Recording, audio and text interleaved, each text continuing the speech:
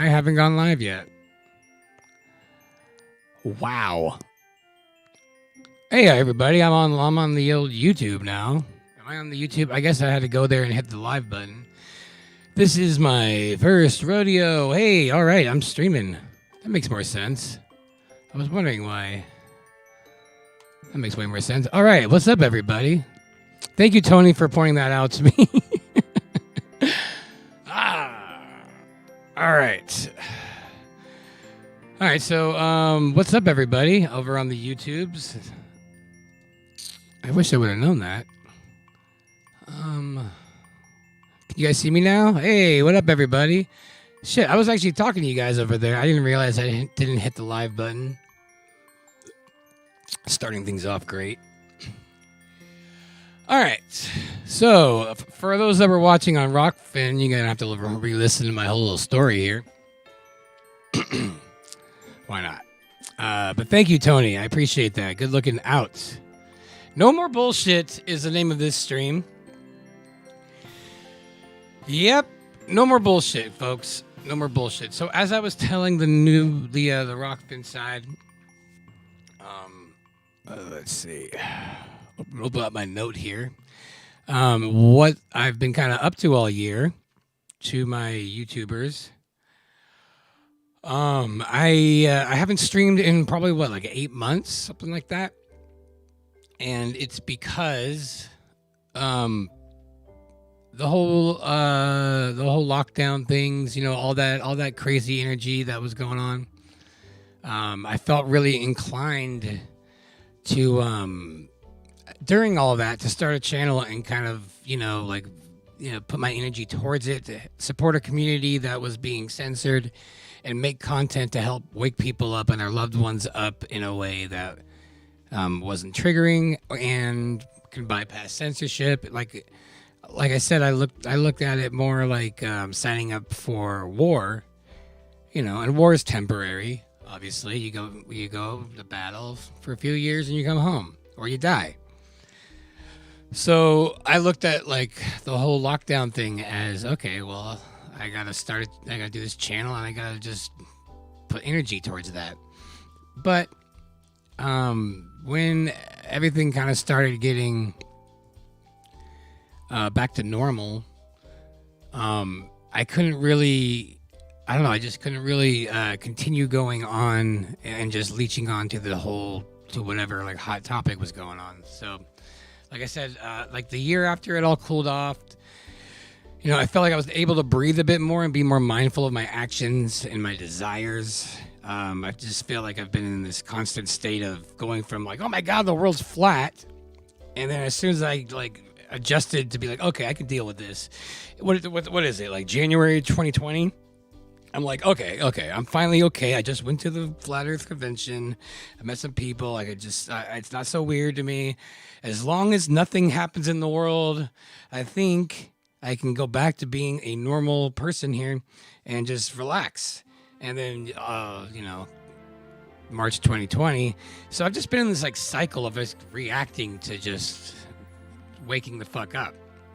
And about 8 months ago, I just felt like, I think I need a break here. This is kind of like in this cycle of fear porn. And that can't be good for us. So I honestly, like, my whole life I've really just been more about music and just shutting out the world. But I had a lot of fun the last few years making this channel and doing silly stuff and being part of this community. But from here on out, I want to make sure my intentions are a little bit more pure and I'm not like seeking validation to the point where I'm like trying to just, trying to make everybody like laugh. I mean, that's fun. But I want to try to do something a little bit more meaningful and focus on, like some of the positive aspects of the journey that we're all on and kind of come at it at a way of, because we're all just little kids in our heads. Like everybody, like it's weird that we react to how everybody else is. But like, you got to put yourself in someone else's shoes. Even the most ridiculous people, they're just these little children in their heads, just acting and doing the best they can. And that's it, like They're not your enemy. They're not something you need to dwell on forever. You don't need to do that. If they don't see it, they don't see it. That's their journey. It's funny. It's a video game. So I don't know. I guess my only point is that like it was tough to wake up to a lot of these truths, but what was even tougher was not having a support system or like a realistic like rule book or instruction book for how to do it proper because it's so new.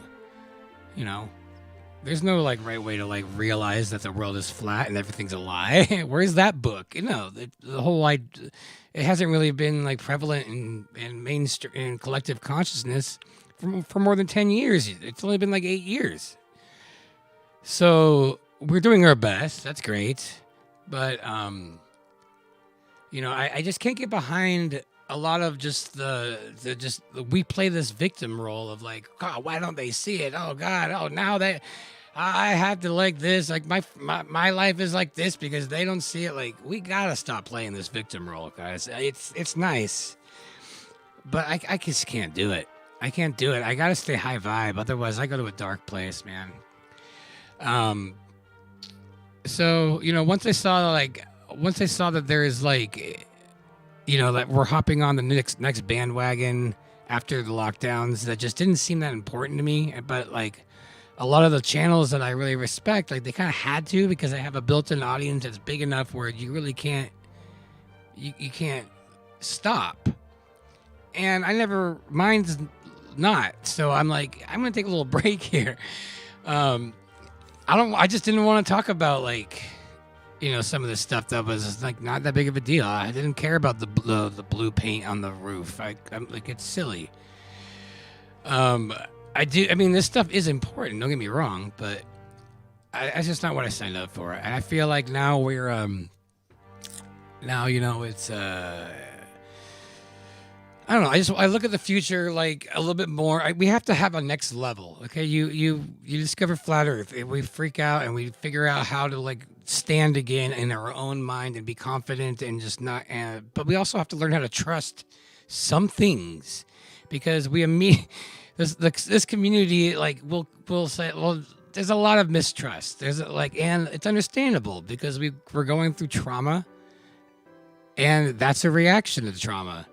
When you find out like a big deception, just like when we're kids, Santa Claus or whatever, any kind of deception with, you know, you can say like your parents growing up. Oh, if they weren't honest, you're going to have trust issues when you grow up. Well, when the whole fucking world is lying to you about what the shape of the world is, and you figure that out, you're going to have some trust issues. And it's such a new thing, of course.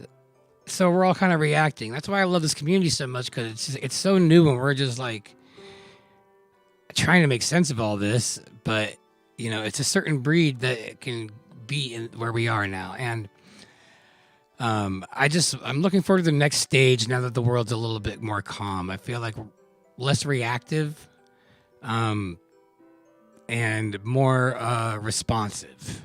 You know what I mean? And more understanding of other people's journey. You know, I heard the other day this great analogy that, you know, bronze medalists, when they win, they are significantly happier than silver medalists, which is weird because the silver medalists should be happier. I mean, they beat the bronze guy. But the bronze guy's happier because the bronze guy is like, I'm just happy. At least I made it in the top 3. I'm just stoked to be here.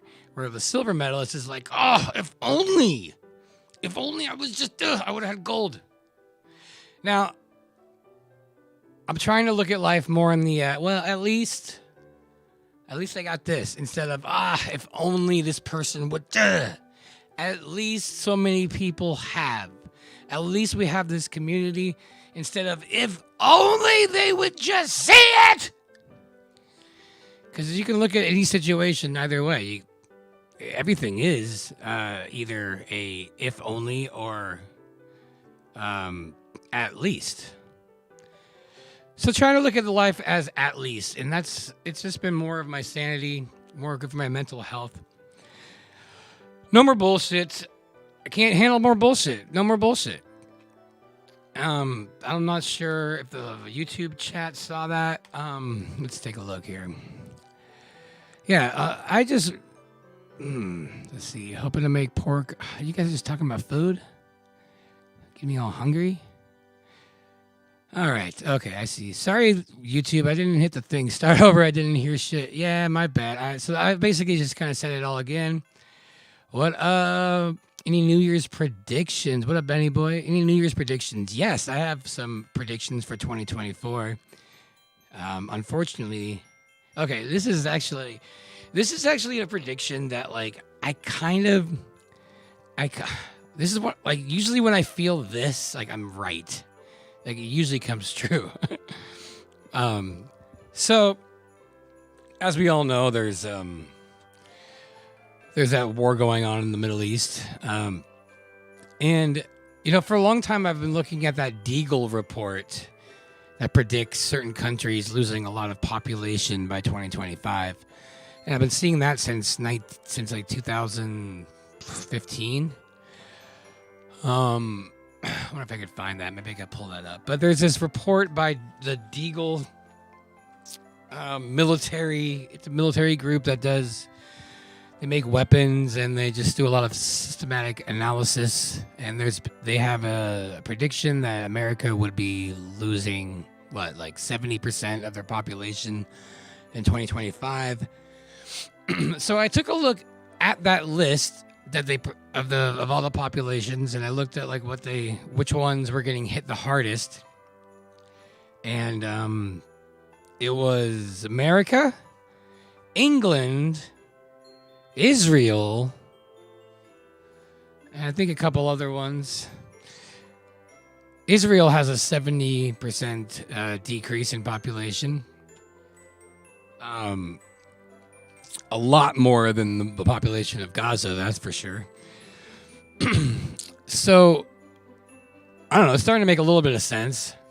When the UN has their meetings and 168 countries vote for a ceasefire, and then England just chooses not to, and then America says no, we veto this. And for the most part, most countries are on a specific side. The anti-Semitic side is what they're on, as it is. So so I don't know, man. I feel like it all makes sense. Like, man, there are a lot of pissed off countries out there taking it to the streets, and like I just don't see them not doing something about it. And if they do something about it, if they bring in arms to Israel and stop what they're doing to the Palestinians, like most of the world is voting for, once they do that, then our fucking cucked ass country, America, who's in the back pocket, is going to deploy stuff over there. And that's my predictions for next year. I think we've had this last year has been really, like, I don't know, since my last stream, it's just been pretty chill. I've just been taking a break from the fear porn for my own mental health, and I just kind of had to. All right, so that's my prediction. What are your guys' predictions? You guys think you think population reduction in this country? I mean, and where would that happen? Where is the safe zones? I don't mind it. I honestly think if something happened here, like, that's cool. I'll find, unless it's like a big blast. And I do live by the port of Long Beach, so that probably isn't the best. But like, if it was something, like, I wouldn't mind living in a country where everything is like kind of cray cray. I think that sounds fun, like where it's like half martial law, like half like I'm into it. So I'm not going anywhere. All right. 12 months sober, seeing a new year through new goggles. Whoa, right on, Jason. Good for you, man. Um, I 2 years ago I didn't drink for kind of a year. I mean, I've had some drinks. Don't get me wrong, especially at the convention, but I didn't drink all of 2022, and then this last year I quit smoking. So, yeah, it's been a lot of just kind of working on myself. But yeah, being sober, yeah, for 12 months, it's good for you, brother. Good for you. Yeah. What's up, Valley Parks? Good to see you. Mojo, what up? Mojo's a dope guitar player and songwriter, by the way. We had some good times at the convention. Bearsworth, what up? Welcome. Sufanelli. Love Sufanelli. Shifty eyes. I've always disliked the UN. Yeah, the UN. Like, what kind of an organization? And I looked into this. There's 5 countries that can just veto anything, and it's because they assume have nuclear weapons. China. Israel.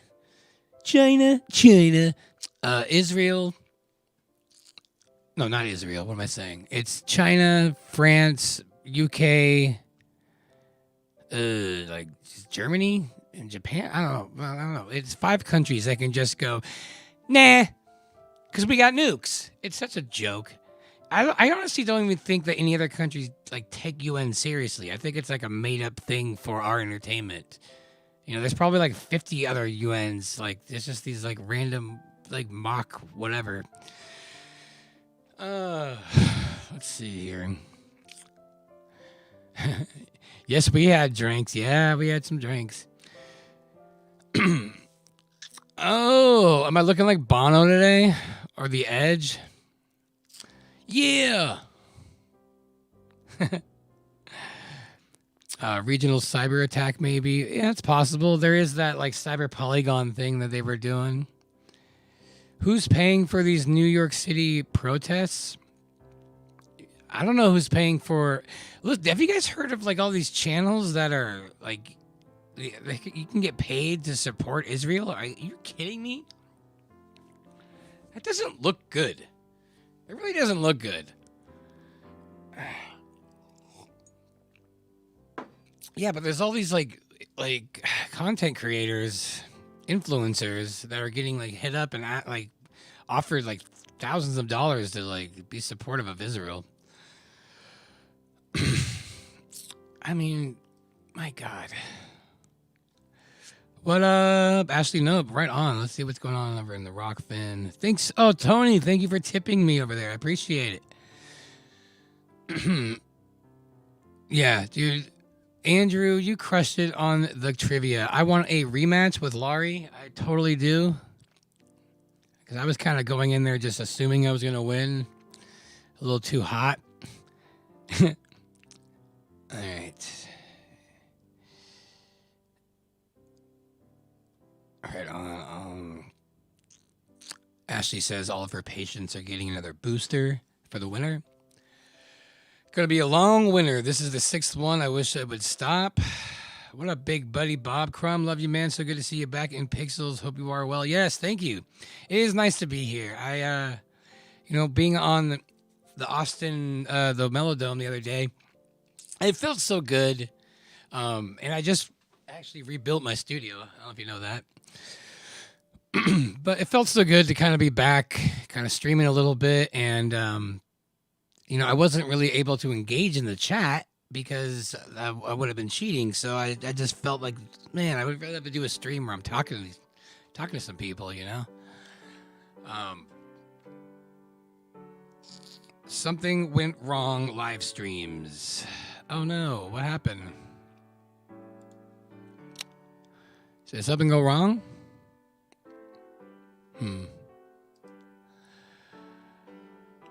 Oh, looks good. All right. What's 5x5 mean? Is that good? Is that a good thing? I don't know. Why do we have all these new things? I feel like I just turning 40. Like, what? Turning 40. Maybe it was like I quit smoking. Maybe it was turning 40. I don't know what it is, but like I gained 30 pounds and it won't go away. I feel older. You know? Does that, like, I'm just wondering, like, is this something that I should just accept? Oh, 5 by 5 means everything's good? Oh, right on. Oh, well then 5 by 5. I don't understand that one. Is that what the kids are up to? So, yeah. So, anyways, I just wanted to just check in. My first thing was just saying, like, why I've been absent. And, I've been having a lot of thoughts about what to do for the future. Emily and I are going, or Patrick's Hot Dog Emporium and I are going on a road trip to Ohio. On Wednesday for a couple of weeks. We're going to be going across the country. And we haven't really planned much besides where we're going and coming back from. I'm pretty excited about that. But, yeah, we're going to go see some stuff. I think we're planning on going to Roswell, checking out that stuff. And try to see as many fun little stops as we can. And then kind of talk about what's going to happen for next year, like how I'm going to start doing this and what I'm going to do. Because I just feel like this, like this community, I have to be a part of this community. I feel like it's just too good. It feels too much like home. But, there's a place where I don't know. I don't want to hop on. I don't want to like talk about similar things. I'm just trying to think like what works, like what, like I think Austin's got it spot on. Like what he's doing is like a high vibe thing. And I've been watching him the most because I'm just like this. He knows what this community needs. He's doing his great little thing there. Like, keeping the vibes high, and like that's kind of how I looked at it too. It's like this is a great community. It just needs some pixie dust or something to kind of like, so we're not on this constant like trauma loop of fear porn and just reliving all of our victim mentalities from the consequences of waking up and then getting upset about it, to other people. And I don't know. I just look at it like I don't know. Something happened the other day. Maybe it's because I've been reading the Tao or something. But like I just stopped getting. It happened like a couple of days ago. It's the weirdest thing. I just all of a sudden see everybody now in this non-reactive way. Because I just know that inside of those bodies, inside of all their words, inside of their thoughts, no matter what they're trying to do or say to you, like it doesn't really affect you unless you let it. And also they're like. I'm 40, I feel like a child and I feel stupid, but I also know that I'm not a child and I'm smart. So for me to like have that thought is ridiculous. I would have to assume that everybody else is like inside so much more mature and on some level beyond me. And in many ways, they are that in places that I lack, but not in the places where I thrive. It's a pretty good balance. There's absolutely no reason for me to react to anybody's reactions at all. They're just beings trying to like make sense in this video game. And that's it, So we give our power away way too much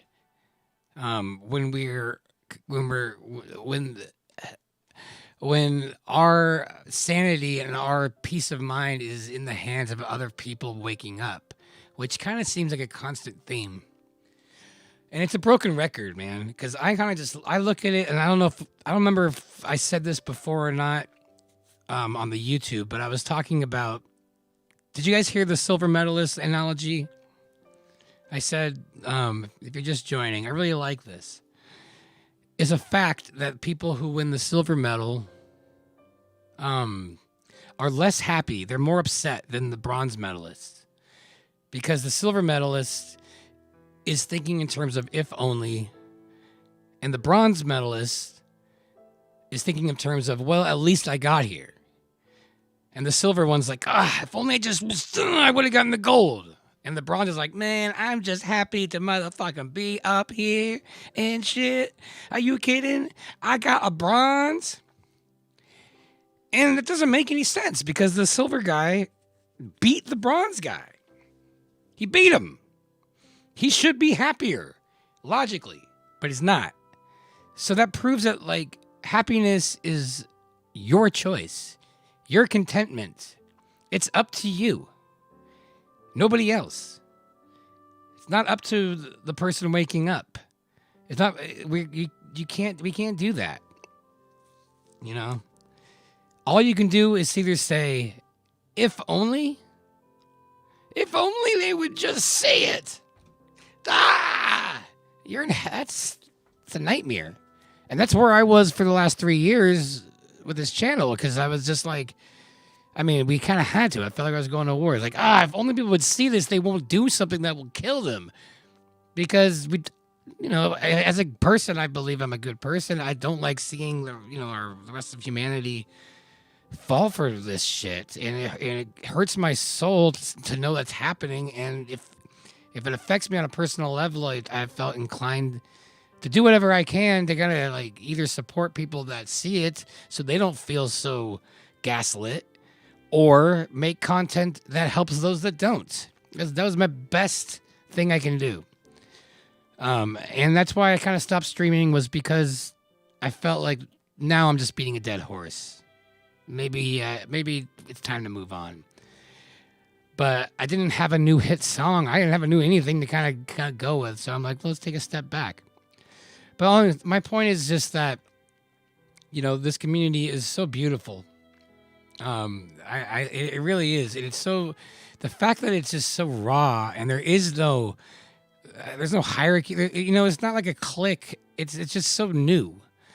And this mindset that we're all because we're all like so fresh and new. We're seeing the world in new eyes.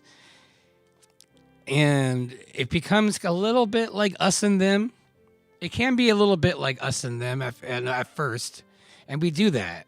All of a sudden, like, you're going through life, la la la la la la la. You learn about flat Earth, and now you just look at 99% of the world as globers. Like, don't do that.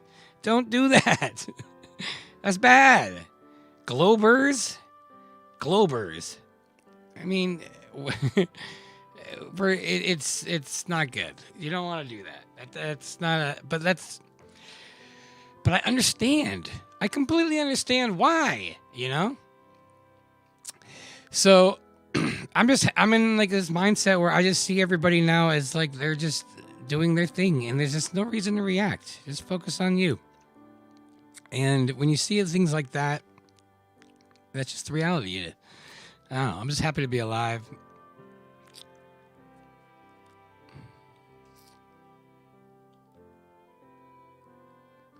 You don't need a song to talk to us. Oh, by song I meant it was like more of a metaphor for like for just having something to say. I guess I didn't really mean a song.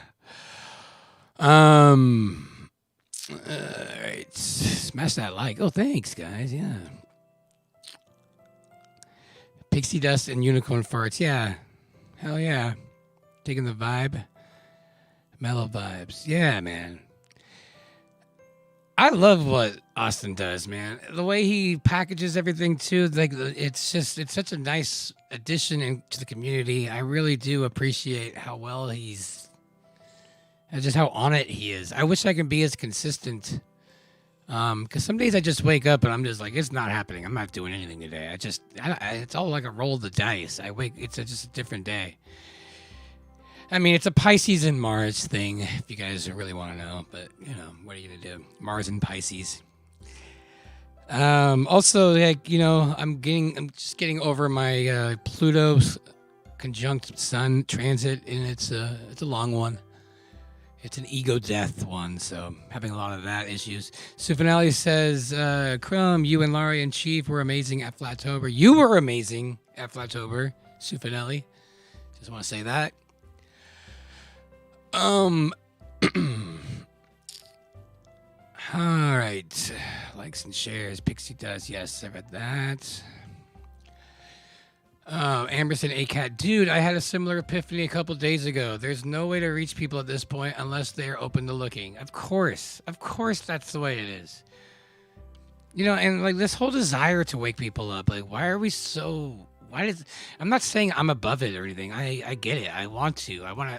But as soon as we learn something, like instead of like actually just taking the time and letting it really settle into us, like we react and just immediately turn it around and just try to get other people to see it. Mainly because it's so unsettling for us to sit on it that we're hoping that other people will see it to share some of that uncomfortable burden of taking on this new paradigm. And that's kind of selfish of us if you really think about it. It's not really up to us. The best thing to do to wake somebody up, in my opinion, is to ask questions.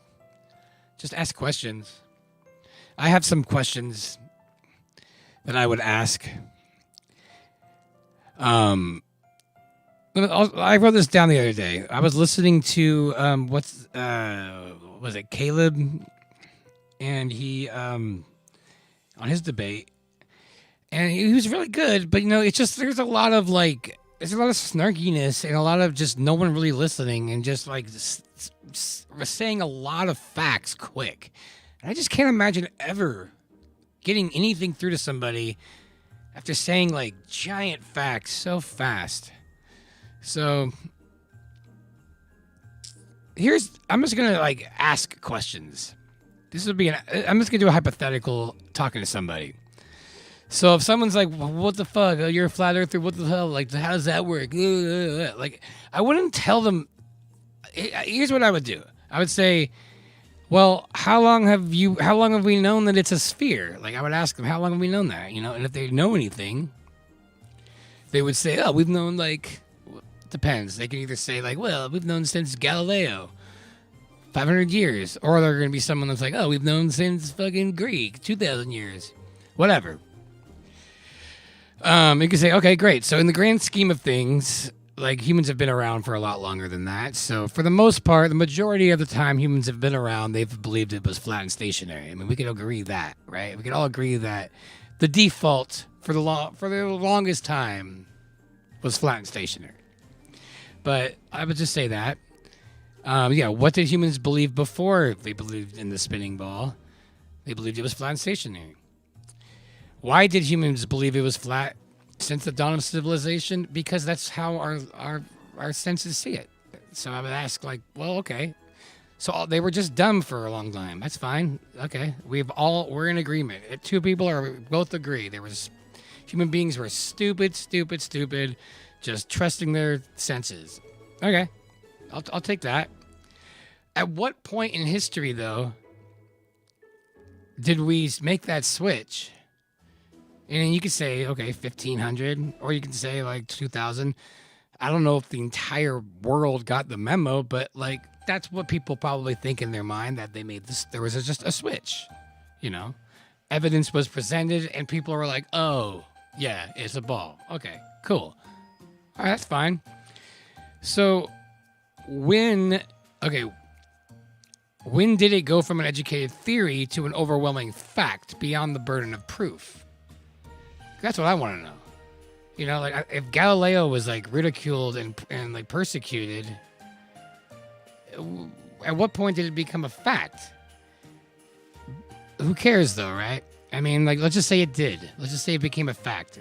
Let's suppose that is how history went down.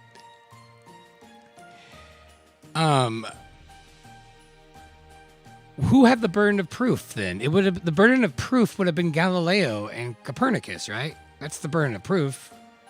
You know, because it was assumed it was flat and stationary. So the burden of proof was on the globe argument. Can we all agree that was probably the case?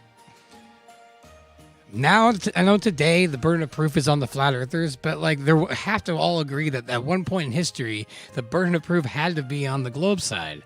Okay? So, what was that evidence that was so convincing for the burden of proof to make that switch? Because most of the proofs you hear today are based on like modern technology. You're not going to hear a lot from anybody So I guess my long story short, if you are going to talk about it with someone, I would say it. I would just ask them questions about what they know, and not say this is the way things are. And the reason for that is because unless you are a scientist or something like that, or they see you as a scientist, which I doubt, like, you saying this stuff sounds ridiculous, no matter how right you are. You know, like, I know how ridiculous I sound when I'm like, oh, yeah, you think Neil deGrasse Tyson doesn't know shit. I'll tell you what's going on. Like, even if I'm right, like, that sounds insane to anybody who's known me my whole life. Who the fuck am I to be like, oh yeah, this is how the world works. It just is. So all you can really do is just ask them questions about what they know. As soon as you start going like, oh well, because there's crepuscular rays and there's like, as soon as you start doing that, you're doing it for yourself. It's a nightmare. It's a nightmare. But it is fun though. I mean, it's just, man, it's like, but why am I doing it though? Why do you do it? You're hoping you get like, you're hoping they validate your unshaky, new paradigm is what it is. And I went through that phase a little bit, but like, I can care less now if anybody sees flat Earth. Like, it's not like we can do anything about it. Really, I mean, we can a little, but it's gonna happen on its own naturally. All I can really do is just not be afraid to put my stamp on it, and that's it. But, you know, I had a little reunion with some friends that came into town, and, you know, one of them, like one of my really good friends, and he, you know, we're having a good time talking about stuff, and I haven't seen him in years, and he goes, so, world, is it flat or round? Because he knows, you know, and I'm like, oh, no, it's flat, but, like, I don't want to talk about that. I mean, I just moved the topic off. I didn't go like, of course it's flat, because like I probably would have before, and I would have ruined the night. It would have ruined it. And, you know, just the truth is that when people want you to look like a kook when that comes up, because it reinforces their concept of what a flat earther is, so it makes them feel better seeing somebody acting kooky who they see as a flat earther. Like, oh, he's a flat earther and he's acting like this, like an insecure person who really needs me to see it to make him calm. You know, it's giving away your power. And the best thing you can do is just appear like a person who's like comfortable in your own skin with that paradigm. Like, that's when people are like, huh, so you believe the world's flat, but you're not a tinfoil hat wearing crazy guy, and you don't want to like talk to me about it and convince me. Like, no, fuck you. Go look at it yourself. I don't need you to see shit. What do I care? You know? Hell yeah. Dr. Law in the house? What up? Hell yeah. Oh, Lowry. Man, it is dope. Dave Sims says, what up? What up, Dave? He was texting me like about a month ago. Sorry I never got back to you, man. I was telling him about my ego death. Having an ego death. I am having an ego death. I don't know, this whole year has just kind of been like a little bit of a death of my old self. I don't really know what that means now because I feel like my old self right now. So I'm always lurking. Crumb, what up? Hell yeah. He said I was totally the same way for a long time. Well, I've seen so much growth in the flat Earth community. That's the thing. Watching this whole thing has just looked like a collective entity, like growing from infant to toddler to, you know, I feel like if the flat Earth movement was a human, I think we're about like 9 years old right now. Well, it's probably about the same as it's like a 9-year-old movement. So I think we're about 9 years old in like our collective, like, I think we're kind of, you know, doing okay. I think it's growing. I think we're about to hit puberty probably in a few years, and we're going to see then we're going to start looking real sexy to a lot of people. And that's when the flat Earth hypothetical baby man that I'm just concocting in my head here will start growing pubic hair. I'm not really making any sense. I don't know where I'm going. You all know what I mean, right? Hell yeah. All right. I got some people on Rockfin looking at the YouTube chat. What up, Hoffcast? Job, Hoffman.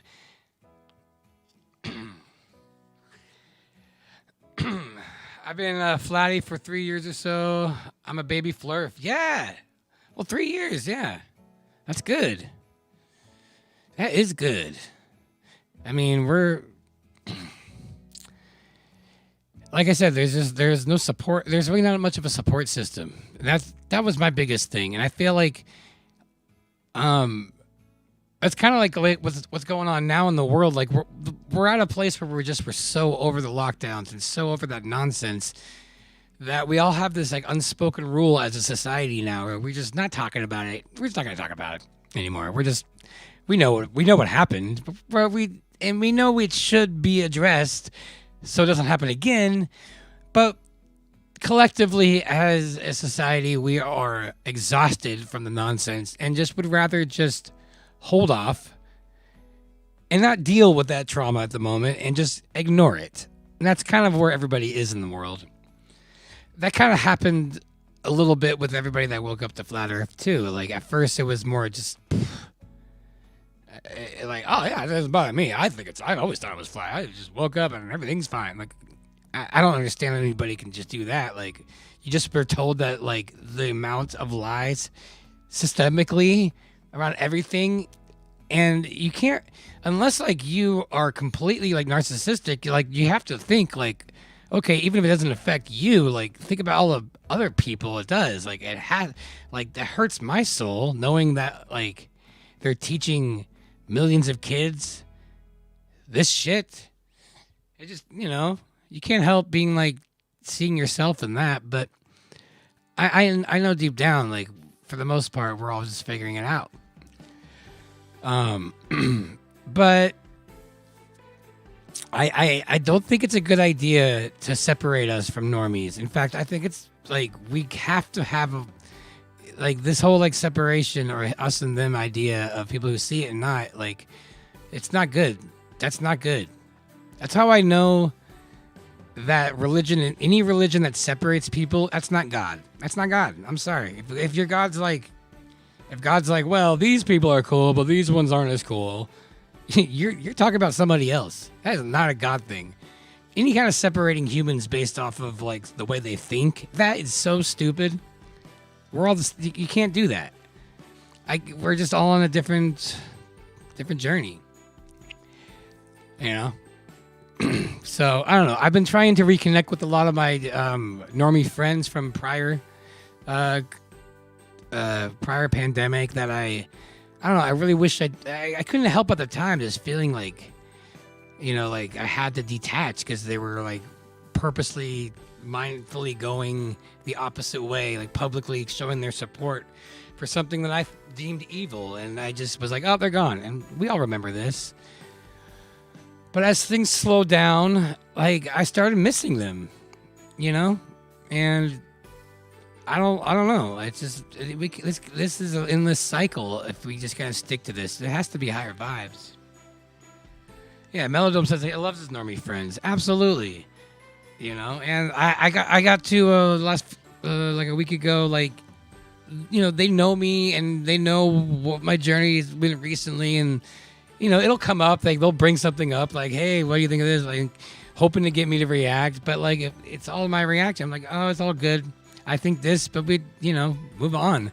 Unless you really want to know, and you can tell, if someone's actually asking you questions because they want to learn, or if they're having fun with you. Pick up the vibes in the room and don't fucking, go crazy. And then all of a sudden everything's back to normal, and that's how it should be. We've been all spiraling because of COVID and being on these lockdowns forever.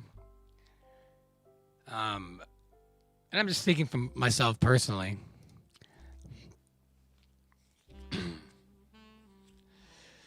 you know,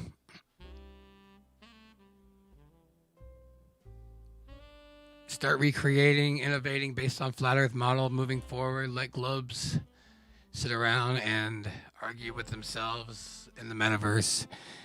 Yeah, but that's I love that, but I still think that's like, what other people do is what they're gonna do. Like, what are you? How does flat Earth like affect you? Like what we have this urge to constantly be like, how? What are we gonna do about other people? Like, there's nothing you can do about other people. Like, there's so much more to talk about how it's affecting us.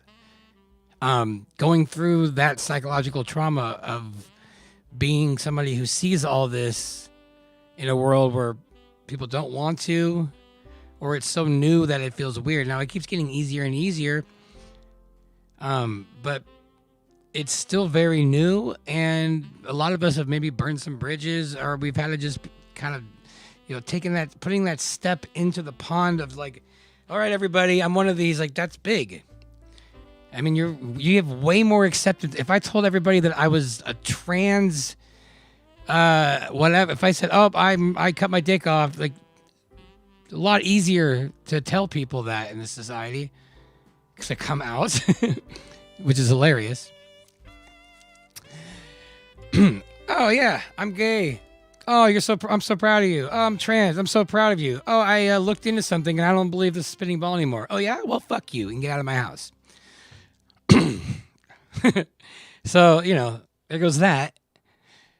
So like whatever people do is up to them. I think the only thing you can really do is just own it, and know that you have a community of people that like just own it proud, because it is you. There's no reason not to, and never ever bring it up unless it is brought up to you, and someone's asking you about it with genuine curiosity. And be careful, because sometimes don't take the bait. You know the difference. You guys know the difference between, yeah, tell me about the flat Earth. Well, what about science? Yes. Like, when someone's being fucking condescending, or someone's actually being like, oh, huh. Just don't take the bait. And even if somebody is interested, like, it's not up to you. You don't have to do any goddamn thing. You don't. If someone's asked me how to play a song, I don't just go run out and be like, oh my God, well, these are the chords. These are the chords right here. I'm not going to spend all fucking afternoon giving up my free energy just to show somebody how to play Sweet Caroline. They can pay me for that. So that's also your energy, man. Energy is that's where it's all about. That's the currency. Energy. I'm watching... Oh, hell yeah. I got Lowry coming up here. I'm going to finish this thought and have Lowry come on. Energy is everything, man. I'm watching this show called Extreme Cheapskates, right? And these people are they're giving away all their fucks. They're spending away all their fucks on saving dollars. And they actually think they're being frugal because they're not spending a lot of money, but they're spending all their time, all their energy, so they don't spend money. It's pathetic. It's really sad. We live in a world where we think that fucking dollars and cents is what is valuable. No, it's your time. It's your energy. So be careful. Be careful with all that stuff, Don't just give it away to anybody. All right, we're going to get Lowry on here. Andrew said he's down to hop on. Hell yeah, I want to hang out with the boys. That analogy works perfect. We are 9. What was the analogy that you said that I said that you liked? No. Probably the it's probably the silver medal one, I'm assuming. Personally, I love that. Just look at the world like At least I got this. At least I have this beautiful community here. At least I'm streaming. At least I got my health. All right, let me see. This is gonna be odd. I might make a mistake here getting on Lowry because I have to switch to StreamYard and let's see how this works. All right, so I'm gonna do this. You can see me. I'm gonna add Lowry. I think if I do that, it'll work. Okay. Let's see. Lowry. Okay. Oh shit. Okay. YouTube, but you're coming out of StreamYard. Okay, hold on. I have to figure out this. I suppose I could turn this down too and see what happens. Can you hear me? I can hear you. Am I echoing? I can't hear you at all. You can't hear me? No, it's like there's no. Wait, hold on. I got audio through my headphones. If I use the I have a really rigged like setup to my whole loft is. Okay, I have. Let's see if I could set. Shit, this is gonna come in bad. Why is it gonna come through my headset? I don't know why. All right. It should be. Can you guys hear this? Okay. I thought I did a sound check that would work. Yeah, it's still coming out of your. Hold on, let me check my sound settings here real fast. Let's see. Oh, okay. Got you. Okay. All right, I can hear you now in my headset. Can you hear me? I can hear you. Yeah, how's my? Oh, you're great. Okay, I'm using a buddy of mine's sound interface that I used the other night on the trivia thing too, which I'm not used to using. I'm used to using a claret. Ooh, I think this is working. Is this working, guys? Oh my god, did I figure it out? To just have live. Oh my god. Oh man, this is. I'm listening to the Amelie soundtrack. Excellent. Let me see in the chat and see if everything's working. Is no echo? No echo? Did I do it? You did it. Yes. You did it. You still got it, buddy. All right, so I'm streaming. Okay, this is all free. I'm doing this without paying $1. I'm using StreamYard, but I'm not streaming from it. I'm just using it to get us on here. Excellent. Hey, what's up, dude? How you doing? I'm good, man. How are you? Hey, I'm pretty good. I'm just enjoying this nice Sunday evening. You know, are you enjoying your win? Win. I won, didn't I? I won. You did. I didn't really mean to win. I strove to lost. I was thinking I was going to lose the whole time, and I just ended up winning. I don't even know how that happened. Let me turn off. I'm going to turn off this Christmas music. I think it's. Don't need that. No, anymore. I've got Emily. I've got Emily. Oh, that's what I'm listening to. Okay. Yeah. Do you want me to turn it down? I can turn it down. Yeah, turn that down. We don't need that. Oh. Are you're a little quiet. Okay, I can give you some more. Yeah, give me a little more. I'm using this new audio interface, and I don't know how to do it, but I'm like, is that better? A little louder. 2, 1, 2. Are you sure that's the microphone you're using? How about this? Yeah. How about this? You like this? All things considered. All things considered. I know. Right? I was like, I don't know. It feels really hot in my headphones. So I'm gonna turn it back just a touch. No, you're good. Are you serious? All right. I think so. I don't know. Like, I'll probably listen to the stream. Like, I hear you fine. I'm not used to using this fucking interface. It pisses me off. I'm like, duh. It just says that your sound is low, but I could fix that in StreamYard. Let me. I'll fix it for you. It's really smashing in my headset right now. But how about does that? Sound good to you? That sounds. Yeah. As long as it sounds good to you, man, I don't care. I mean, I could turn you up. Let me see what I can do. I can fake it. I can fake it a little bit. I can do like, yeah, it's like really it's really smashy like right now to me, but I'm only getting myself in one ear because I'm using this. Gotcha. I gave my other sound interface over to this guy that's mixing another record that I'm doing, and like I'm not even used to using this thing, and I don't know why I'm only getting it in my left ear. I don't really know. Well, it wouldn't be a crumb stream if it wasn't me and you figuring out like boomer shit online.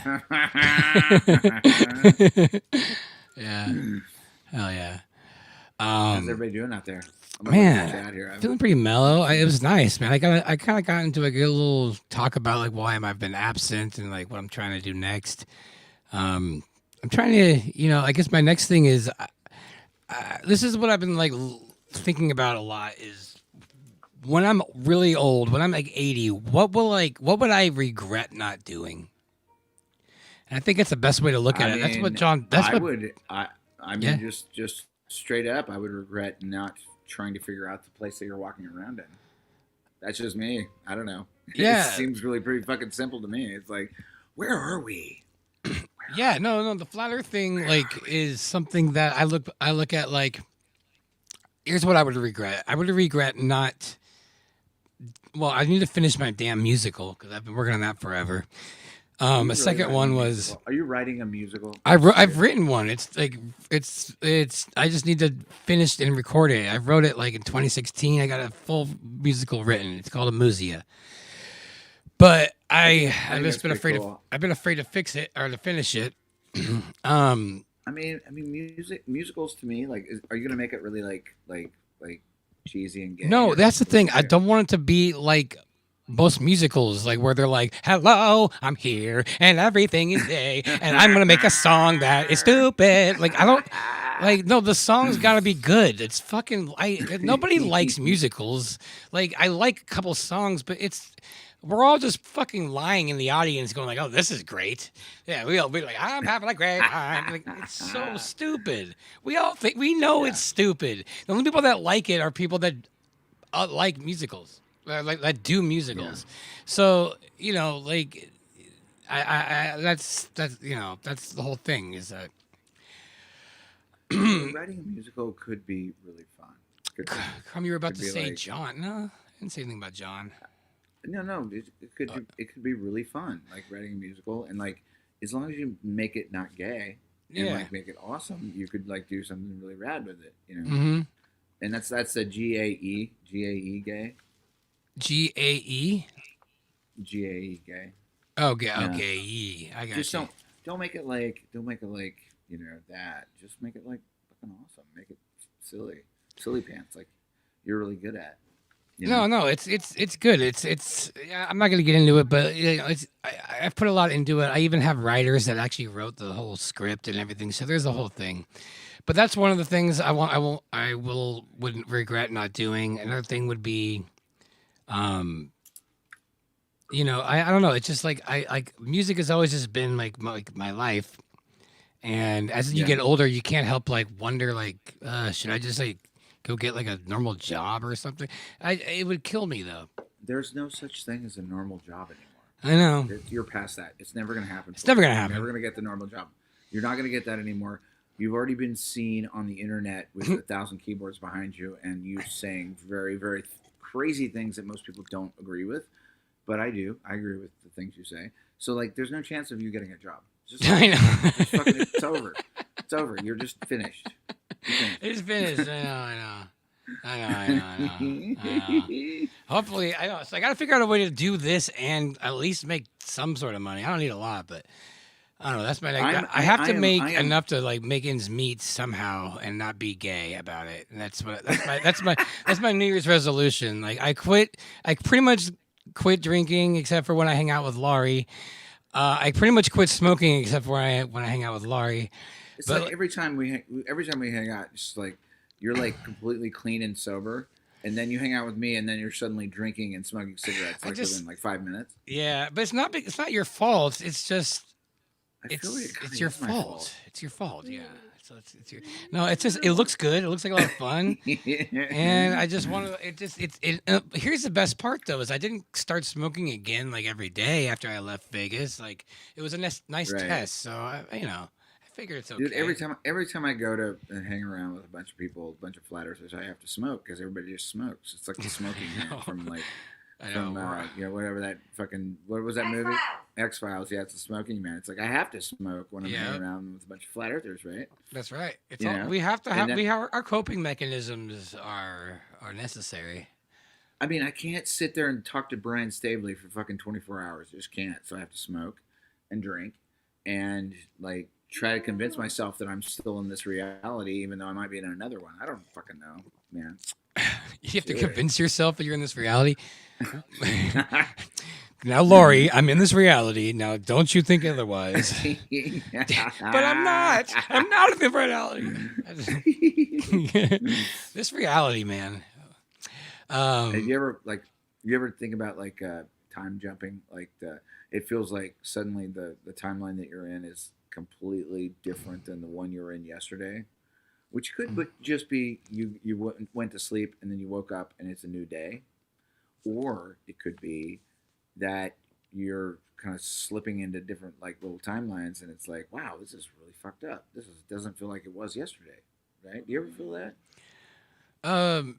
Kind of, yeah. I mean, every day I wake up, like, I feel different. That's why I don't, like, make plans because, you know, if someone's like, hey, what are you doing next Wednesday? I'm like, oh, Wednesday?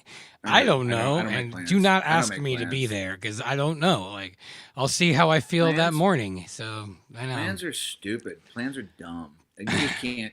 You want to make plans, fine. You want to make plans to go to the Poconos and, like, you know, ride a inner tube down a snowy mountain or something. Maybe you can make plans to do that, but like for the most part, you can't make plans for shit. You can't do anything like that. It's like everything changes. Everything changes all the time. You're like, oh fuck, I thought it was gonna be like this, but then like it wasn't. Right. It never happens. It never turns out that way. It's always like this some other weird shit that happens, and you're like, oh fuck. Then I got people making fun of me on fucking YouTube, and then like all this bullshit, and you're just like. All I was trying to do was have a good time, man. That's what I was trying to do. Yeah, I was just trying to have a good time and take away your precious ball. Just trying to have a good time and make you go through some like dramatic trauma when you're not ready, because that's all we're doing. Yeah. I know. Well, basically, like I am convinced now, essentially that, at least the community that we're running around in, it's like our real goal is just to like keep hammering it home until they fucking snap out of it. Snap out of the brain. That's what I mean. Like I feel like we need a new stage. That's getting old. It's getting old. This whole like I'm not happy unless more people see it mindset. It's getting old in my opinion. I think we need need a higher Taoist approach to holding on to this knowledge. You want to get all Taoist? You want to get a yes, Taoist on me? I do. Whatever. Because it's the only way to keep sane. If everybody, I mean, look how many people have seen flat Earth, like in the last few years. Like instead of rejoicing in the amount of blue dots there are and saying, "Wow," we're still like, "Blah!" Oh, they see it. Like it's it's an endless thing. And like I was saying earlier, with the bronze medal and the silver medalists, you can look at it like, if only they would see it. Or at least we have this. And I don't know. I think we can just be, at least we have this much. It's so much better than it was before. And that's it. Oh, my God. It's like, compared to like 2014, 15, when everything was just crazy pants, and you're like, what is going on?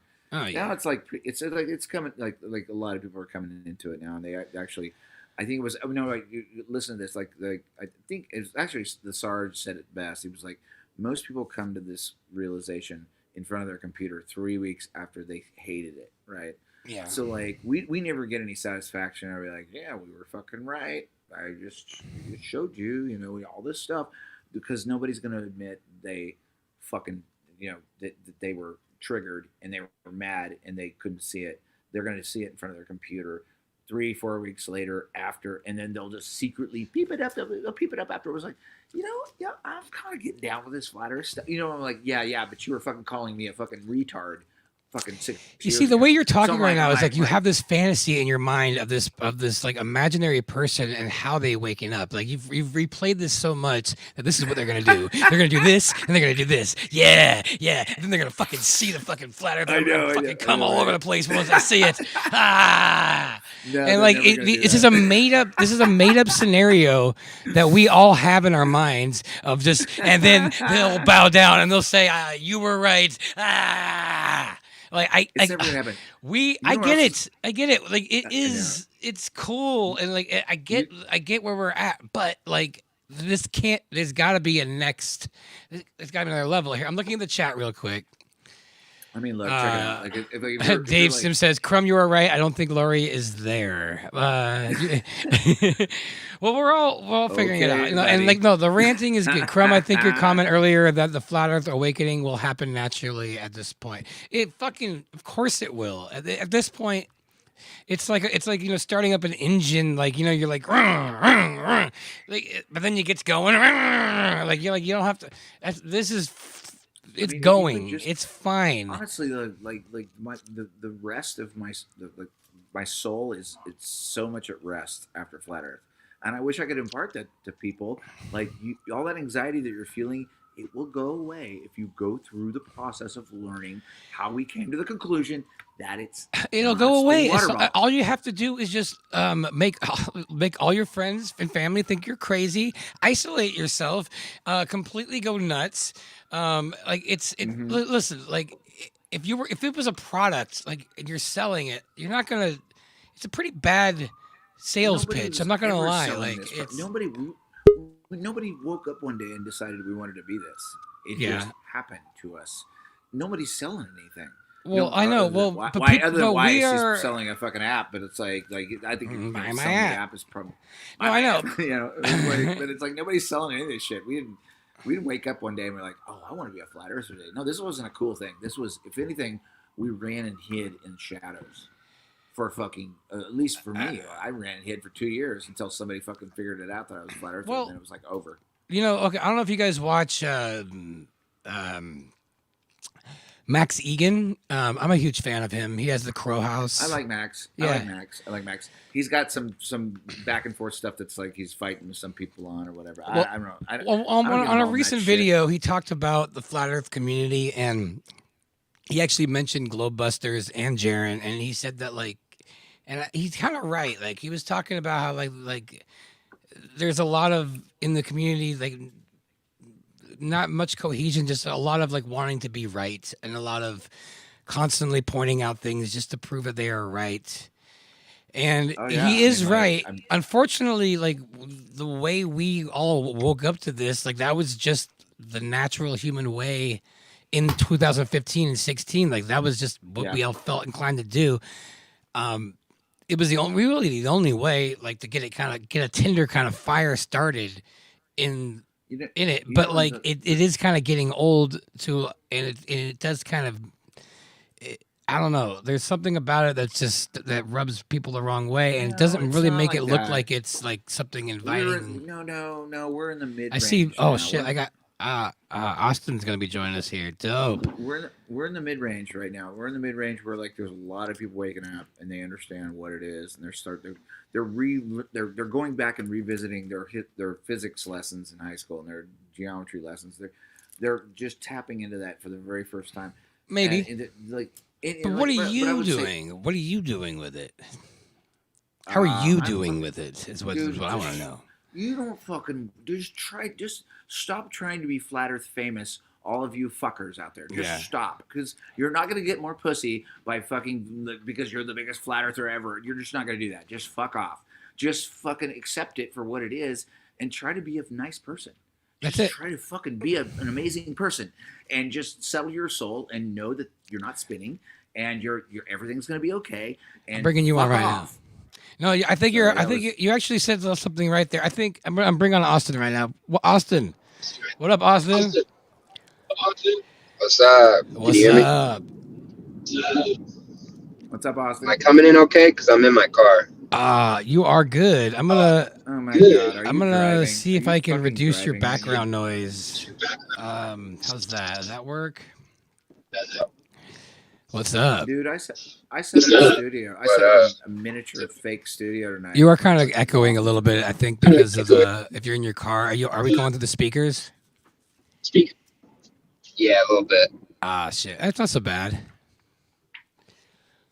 How about now? I turned it down. Oh, you're good. You're good. So what I was just telling Lowry, like, you know what it is like, okay, it's not that we're all just becoming flat earthers. You know what this is this is a movement of people stopping being their fake public self and bridging like their private authentic self as their public ego. And I think that's what I've been experiencing through all this movement is there's just something been, like I was saying in the very beginning of this, I don't know if you guys were listening, that it's a fact that we have three personalities. We have our public self, our private self, and our secret self.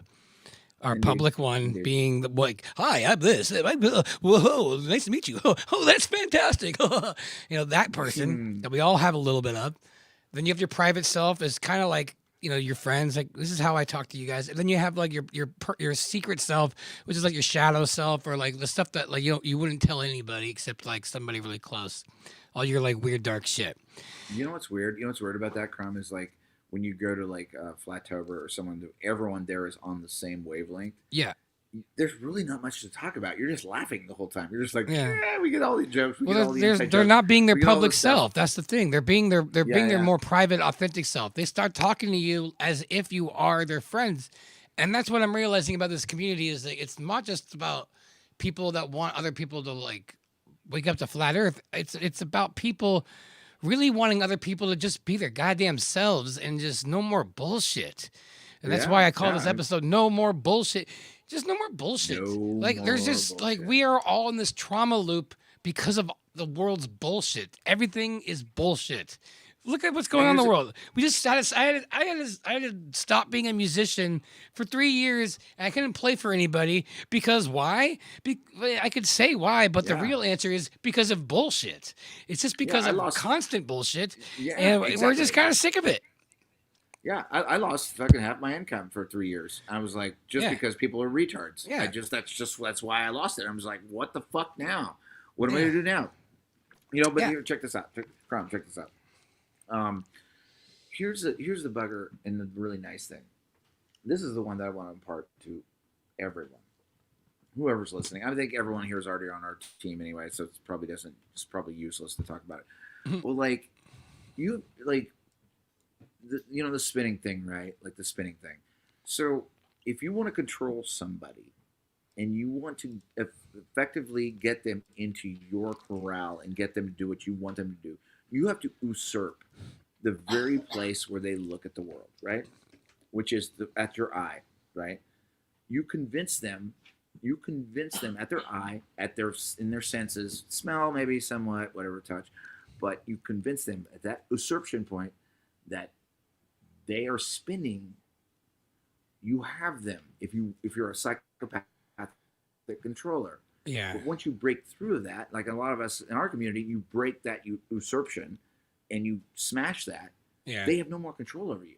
They're just fucking fake ass organic portal fucking psychopaths. That's all they are. And you have nothing else to fucking. You but don't who have to are they? them. I mean, that's the thing, though. It's like Dude, the problem I'm having with all this is that we are assuming that there are like conscious people like doing this, and then we start thinking, they are doing this to us, and then we're immediately playing this victim role. Like, is it maybe it was possible? You know better. You know better than this. I mean, there's no real evidence. I mean, I understand. They do a good job, but like, it's possible. It's really simple. Is it possible though? There is a possibility that maybe somebody had a theory a long time ago. We all just ran with it, and then oops. They were wrong, but they like imagine. I always look at it, think it like it's a crossword puzzle. You put one word in wrong, and you keep trying to make things fit, and ultimately it's wrong. But they don't want to take that word out. They haven't taken that fucking wrong word out, so we're just keep trying to shove all this shit in. There's a yes, and then there's a small group of people that control energy exchange in the world. They're called bankers. They control energy exchange on a piece of paper. How dare you? How dare you? How dare you? Yeah, but I'm just saying. The term bankers, they are very anti-Semitic. Do we know their names? We're trying to figure it out. We don't know who they are, but they are controlling the actual energy exchange. Okay, maybe. Okay, but there might be a they thing, but like, let's not jump to victim mode quite yet. Let's not. I'm not. You ever seen The Man on the Moon? About these motherfuckers. Have you seen The Man on the Moon? That movie. Man on the Moon. Is that about Andy Kaufman? Andy Kaufman, yeah. So there's a part at the end when he's dying from cancer, and he goes to India because there's like some miracle thing. and he's waiting in line, and he's seeing like them take this cancer out, and he sees that it's a total fucking lie. It's bullshit, and like, but instead of reacting like he just sees like, huh, that's funny. That's a pretty good one. He's like, that's funny. Like, yeah, of course it's a fucking lie. Like, somebody will if they can, and that's just a trick. So like, whatever. There are they that are getting us, but don't let it get to you. Like that's going to happen. It doesn't get to me. I don't give a fuck about any of these motherfuckers. I think they all suck and they're fucking psychopaths. I think they're necessary for our growth. I think we need people to do that. To think about it. Like it tests our psychology. It tests our strengths. It's the only way humans grow is to be tested on these levels and be controlled to a level where we rise above it, giving us this challenge. we could be mad at all of them for putting us in this mind prison, but look how beautiful it is that we climbed out of this prison and we found a key. Like that's an accomplishment that humanity never really did, and we're experiencing that right now. It's a beautiful thing, and we're all stronger because of it. So it's just like I said earlier. It's how you look. It's how you look at it. It's like we can go victim mindset, or we can go, that's fucking cool. Thanks for the fucking life lesson, bankers. Indeed. Now go fuck yourselves. Now that we figured this shit out, you can go suck it. But like, still, it's like don't like dwelling in that is like. Like a lot of people think that like narcissists are like horrible, but every narcissist you ever been with gave you a powerful lesson about your own strengths. That was a lesson. Like it's a good thing. You can walk out of it feeling like a victim, like, oh, this narcissist got the best of me. But still, like you learned your boundaries, you learned your self-worth, you learned all this shit because of that. I couldn't believe somebody could be that much of a horrible person. But then again, I'm not looking out past my horizons because I'm like, I would never do that. Yeah, they're doing of course. Something that's really awful. It's like, that's awful. Why would you do that? Like, yeah. But then again, I projected. They were attracted to you because you needed that lesson, and so when you realize that our humanity, we wouldn't have been deceived like this if we didn't need this lesson. Why do you always have to be right, Crump? Because I'm right. All the time. I'm not always right. I won trivia last night, so like. Who's to say we're not being deceived by things right now? Just because we figured out the Earth is flat doesn't mean our journey's over. Doesn't mean we're absolutely. Awake. Absolutely. You're totally. We're an awakening. It's not done yet. Yeah, I know. There's probably so much more fucked up shit, and we are walking around like the cock of the walk, feeling like, okay, yeah, we know it all, and that's another thing. That's truth or bait for sure. I'm sorry. I will give anybody $100 if they show me actual, tangible evidence of Goebbels changing the fucking frequency to 440 and not some random. We have to investigate a little bit better. We figured flat Earth out. Don't just fucking go along with stuff. Look into where is the evidence? Where is the evidence of Paul being dead? It's not good. You're so mad. It's not good. You're so mad from last night. You're so mad from trivia. I am mad. I love when you were like, "Oh, I don't know." John Denver. Well, I feel like dude, I'm resonating with what you're saying, big time tonight. Hell yeah! I just want to say that, 100% vibing all the way with what you're saying, because I'm there, and everyone's at different stages. Everyone's at different phases of this journey, of this awakening, whatever you want to call it. But this idea of the ultimate truther, I know everything, when really no one knows their next play. Nobody knows what the hell's going on. No. We don't know where we are. No one can tell me where they live in this, ultimate truther, you're this perfect person. Come on. No. Eat a fucking slice of pizza or something. So Austin. So how do you manage the anger that you feel when you see a complete psychopath, like a complete fucking clown online, who's just shooting bullshit without fucking support? This would be your average fucking globe troll, or somebody who doesn't understand what evidence is, or what it actually is, to describe the place that we walk around in. How do you manage your anger, Austin? You're assuming he's angry already. He just. How do you manage that? Yeah, I'm not really angry anymore. I look at it like this. So everyone's a flat earther. Some people haven't figured it out yet. It's you know what? You'll get, you won't. I'm over here living my best life. You know, and it's, you know, some people piss me off, but then that's when I roll a joint or something, you know. Right. I know what I know what I know, and it's for the benefit of my life. And my wife knows we're homeschooling our children. You know, all these evil people in the world, if they wouldn't pulled that trigger a few years ago, I wouldn't have a better understanding of health. And we wouldn't have pulled the trigger and started homeschooling. You know, everything that we've decided to do the past few years has been because this world has gone mad. But every decision we've been making since then has been better in our lives for the better. And you know, we've been trying to manifest for 5 years. We're about to end our 5-year goal in April, trying to purchase some land and a house. So that's awesome. And you know, the market's bad and it all scares you, but I got to get my own land, and we're just trying to be self-sufficient, I guess, in any way possible. And this is coming from someone who, well, I was wrapped up years ago. So this has been a huge journey for myself. And I don't really get mad anymore at them people. Those people are lost, man. Yeah. I would they're also lost. They're lost, like just like we all were. You know, if you look at them, if you look at what you're really doing when you're getting mad at them, Lowry, is you are getting mad at the part of you that you identify with and relate to that might still exist within you. You are mad. You haven't dealt with that trauma fully, and you are mad that they are representing a part of you that got fooled, and you haven't let go of it yet. You need to let go. I will say, if it was someone I cared about and loved that decided to go online and start spewing a bunch of rhetoric after we had some conversation, yeah, that would bother me. But if it's some random person, you know, and they're just not like, you know what, be a loser. Go ahead. You know, I'm going to keep doing me. You'll figure it out, or you won't, you know. Like my position, like, and you're right, Crumb. Yes, I get angry and I get ranty sometimes. No, I don't blame you. I do too. For my position, like, I want to share the relief of my anxiety with everyone else, because like once you break through the flat earth fucking wall, the anxiety goes away. I want to share that with people. But you have your own anxiety, and honestly, like, you really can't. You don't know what good anxiety I have currently. Well, if you're saying that you're going online getting all mad at everybody, like this person right here, how do I deal with my anger? Like, I'm never mad at people. I'm just I want to yell at them because they're retards. That's what I want. I know. If you're a fucking retard. Shut up. No, I know. Sorry, I know. I've been there. It's like I can't look at comments. I have to make real boundaries for I have to make rules where I don't engage.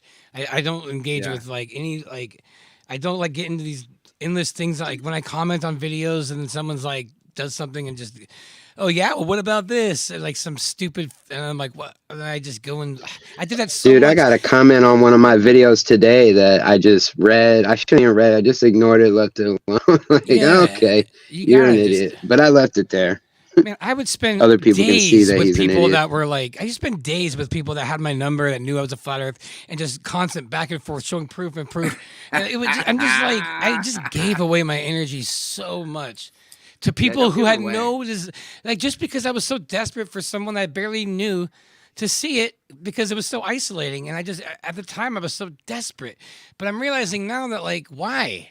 Why did I care so much? Yeah, did I even know that? I didn't even know this person that well. Honestly, like, why am I giving him this energy? It's because I wasn't ready in myself to accept it, and I was begging other people to share that with me so I can feel relaxed because I didn't. Like, if you see it, maybe this will be easier. If you see it too, we can all share this uncomfortableness, and that's what I did in it for a while, and it was just such draining energy, man. And I acted like I did the same thing. I'm like, I'm just trying to spread the truth. I'm trying to spread the truth. I just want to relieve you of your stuff. But in reality, I'm like, I am not good. Somebody see this, or because I am not comfortable with just this on my own. And then what I realized is like, I have to be comfortable with this all on my own. Like, I have to. It's the only way. And this idea that we have to like get other people to do it, like it's an endless loop that never stops. It's like heroin addicts. Like you just like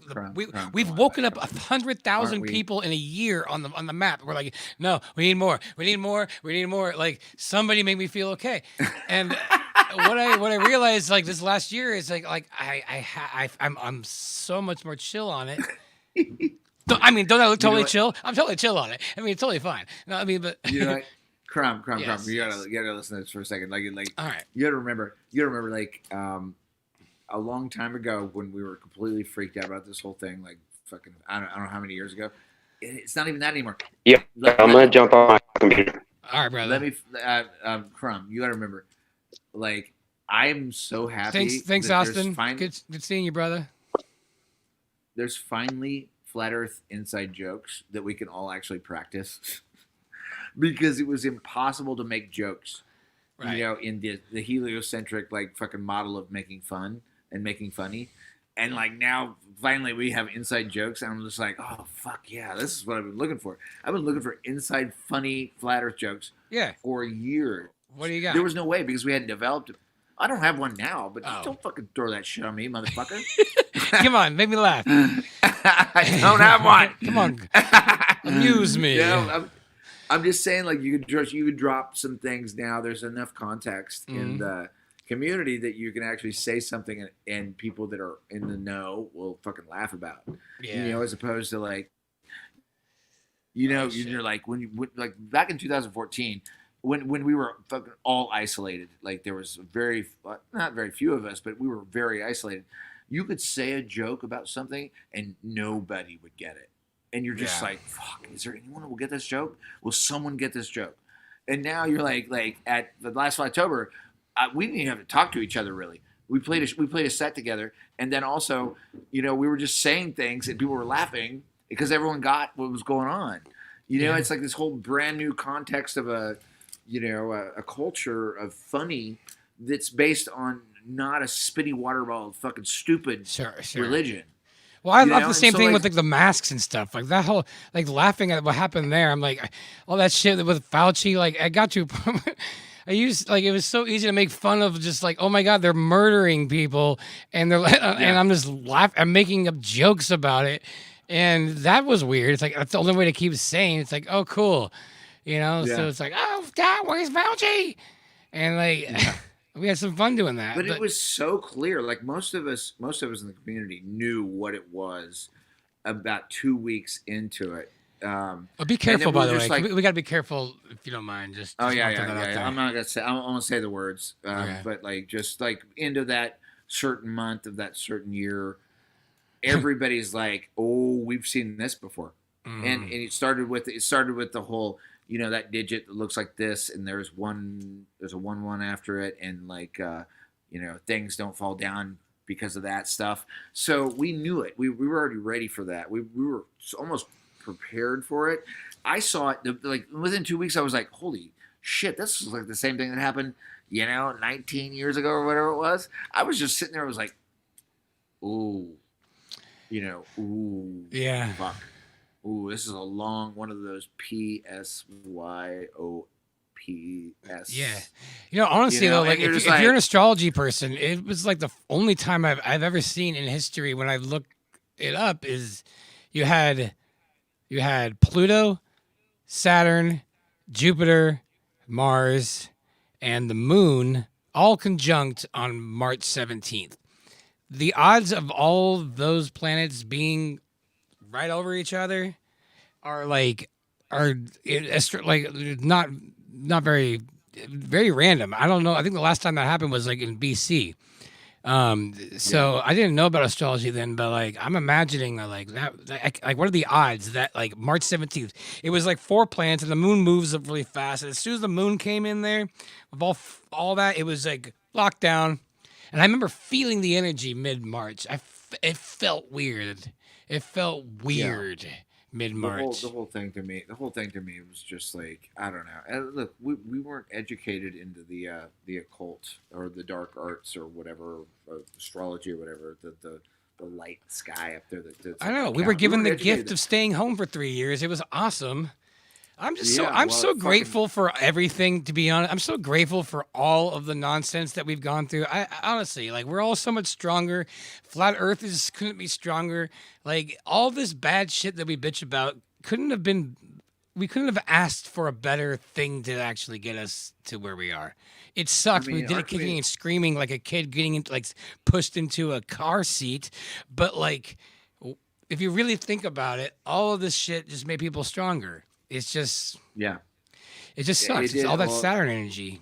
Well, the hardest part for me was going through the just basically losing a generation of friends.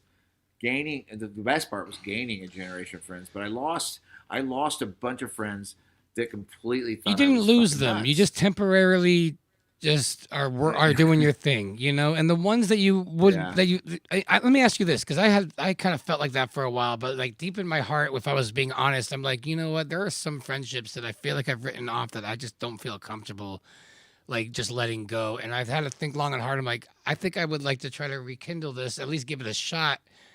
And I did that for a few, and honestly, it came out really a lot better than I thought.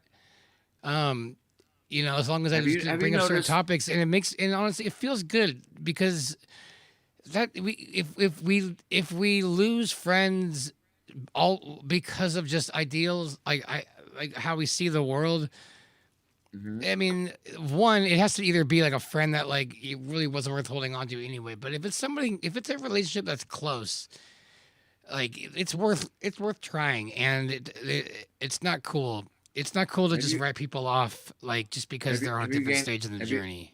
Have you gained anyone back in your life on this topic in particular?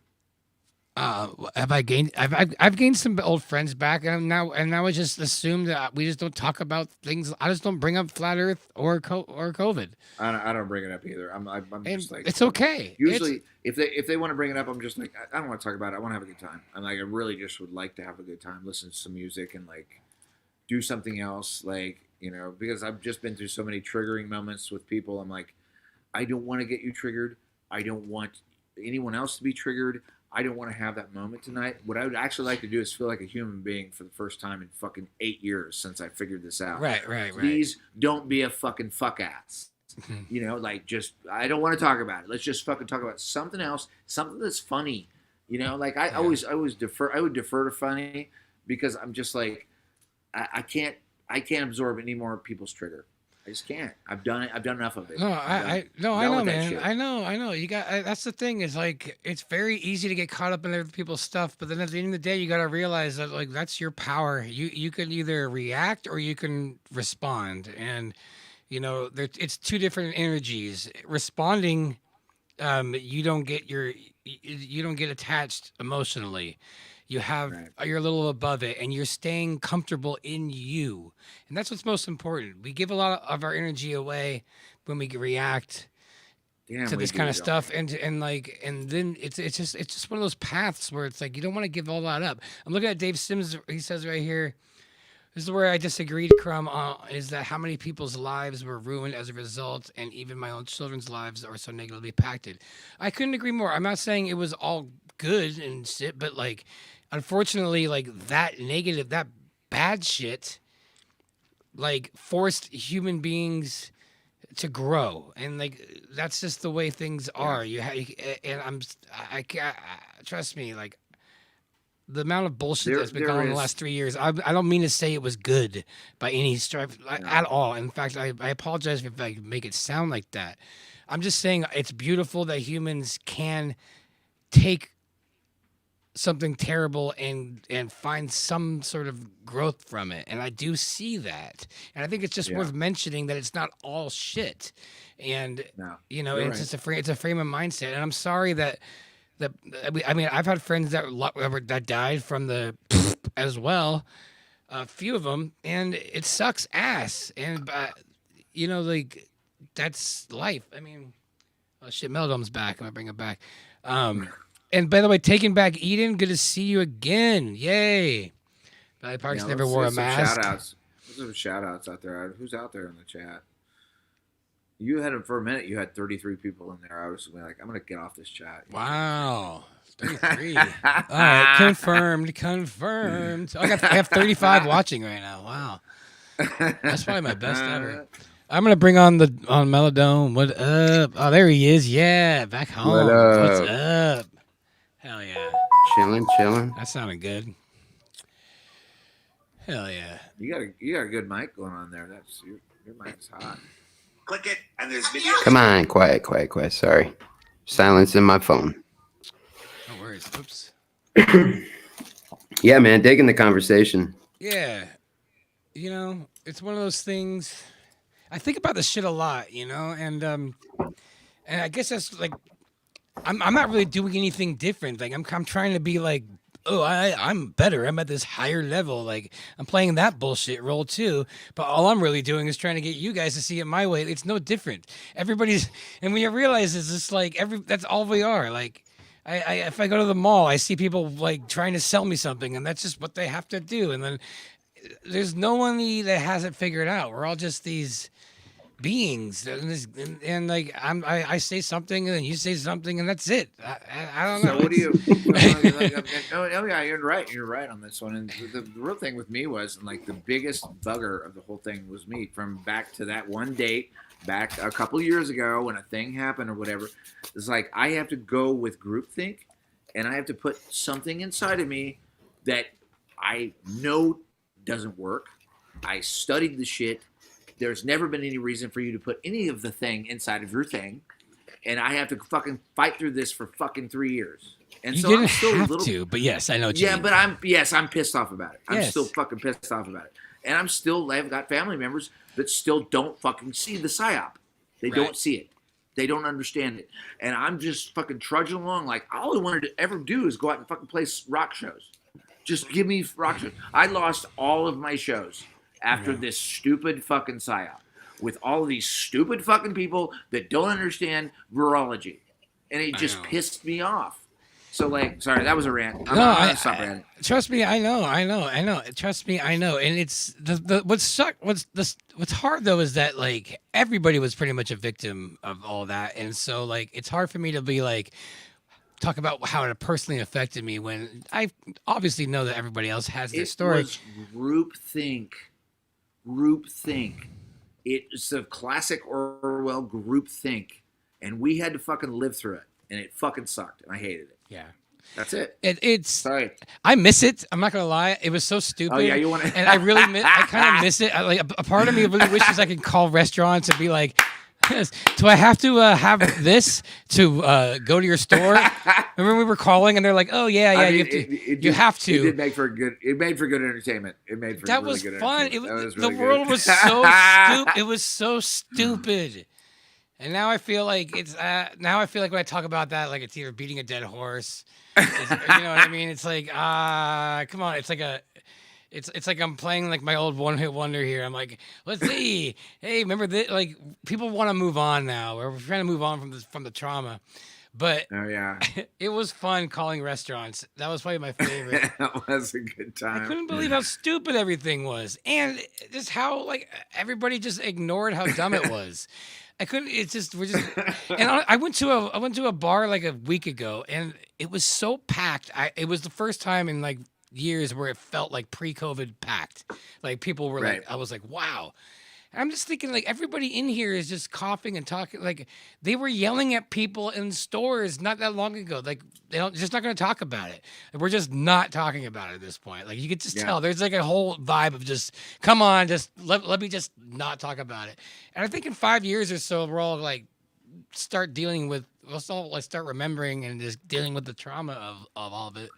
But it's like we were kidnapped for 3 years, and when they let you go, you don't want to just talk about what you just went through. You just like, let me just go take a shit and piss. So how do you manage this? Whatever for a minute. How do you manage this, Crumb? How do you manage this? Like honestly, like if another PSYOP comes down the pipe, which it will, you have to walk out and talk to somebody and be like, hey, remember that one time when a whole bunch of buildings fell down when there wasn't really any planes, and planes don't bring down buildings anyway, and you talk them all the way up through. Sorry, I'm not gonna. Why do you have to bring that up though? Like, why do you have to? No, what I'm saying is, well, like, okay, so this 3 years ago. 3 years ago. This is caught 3 years ago. Remember that one time when a whole bunch of people said you have to shoot something in yourself to not die? So how do you manage that moving forward? How do you manage somebody who's not out of the PSYOP yet, or maybe they're an organic portal, like fucking quantum consciousness, like talking about organic portal. Maybe they're not even real people. I'm like, look, if you get enough media sources to say the same fucking thing, everybody will agree on it, and then you'll go out and shoot fucking something in you.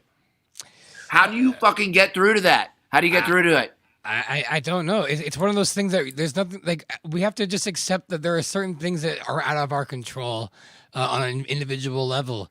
And I think we just, as human beings, just have to like accept certain things and not react to it. And like instead of playing the game, we have to find things. We have to live by example and rise above it and not let these things affect us. And unfortunately, like it has to only be done on a local level, and it has to be done with like loved ones and hope and just talk to them like individually and hope that they understand that the world will try to play tricks on you and the world does these things, but we also have to make sure that we don't lose that part of us inside that makes us want to wake up in the morning, or that part of us that is human. Indeed. I mean, can I ask you guys a question? Like, what is all this? What is this?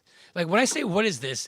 Like, what is this? Like, I'm this being. I am a thing in a meat suit with a camera in front of me. I'm talking to you guys. We're acting like all these things we're talking about is the only thing that's existing in the world, and we don't even talk about like what is this thing? What is this life?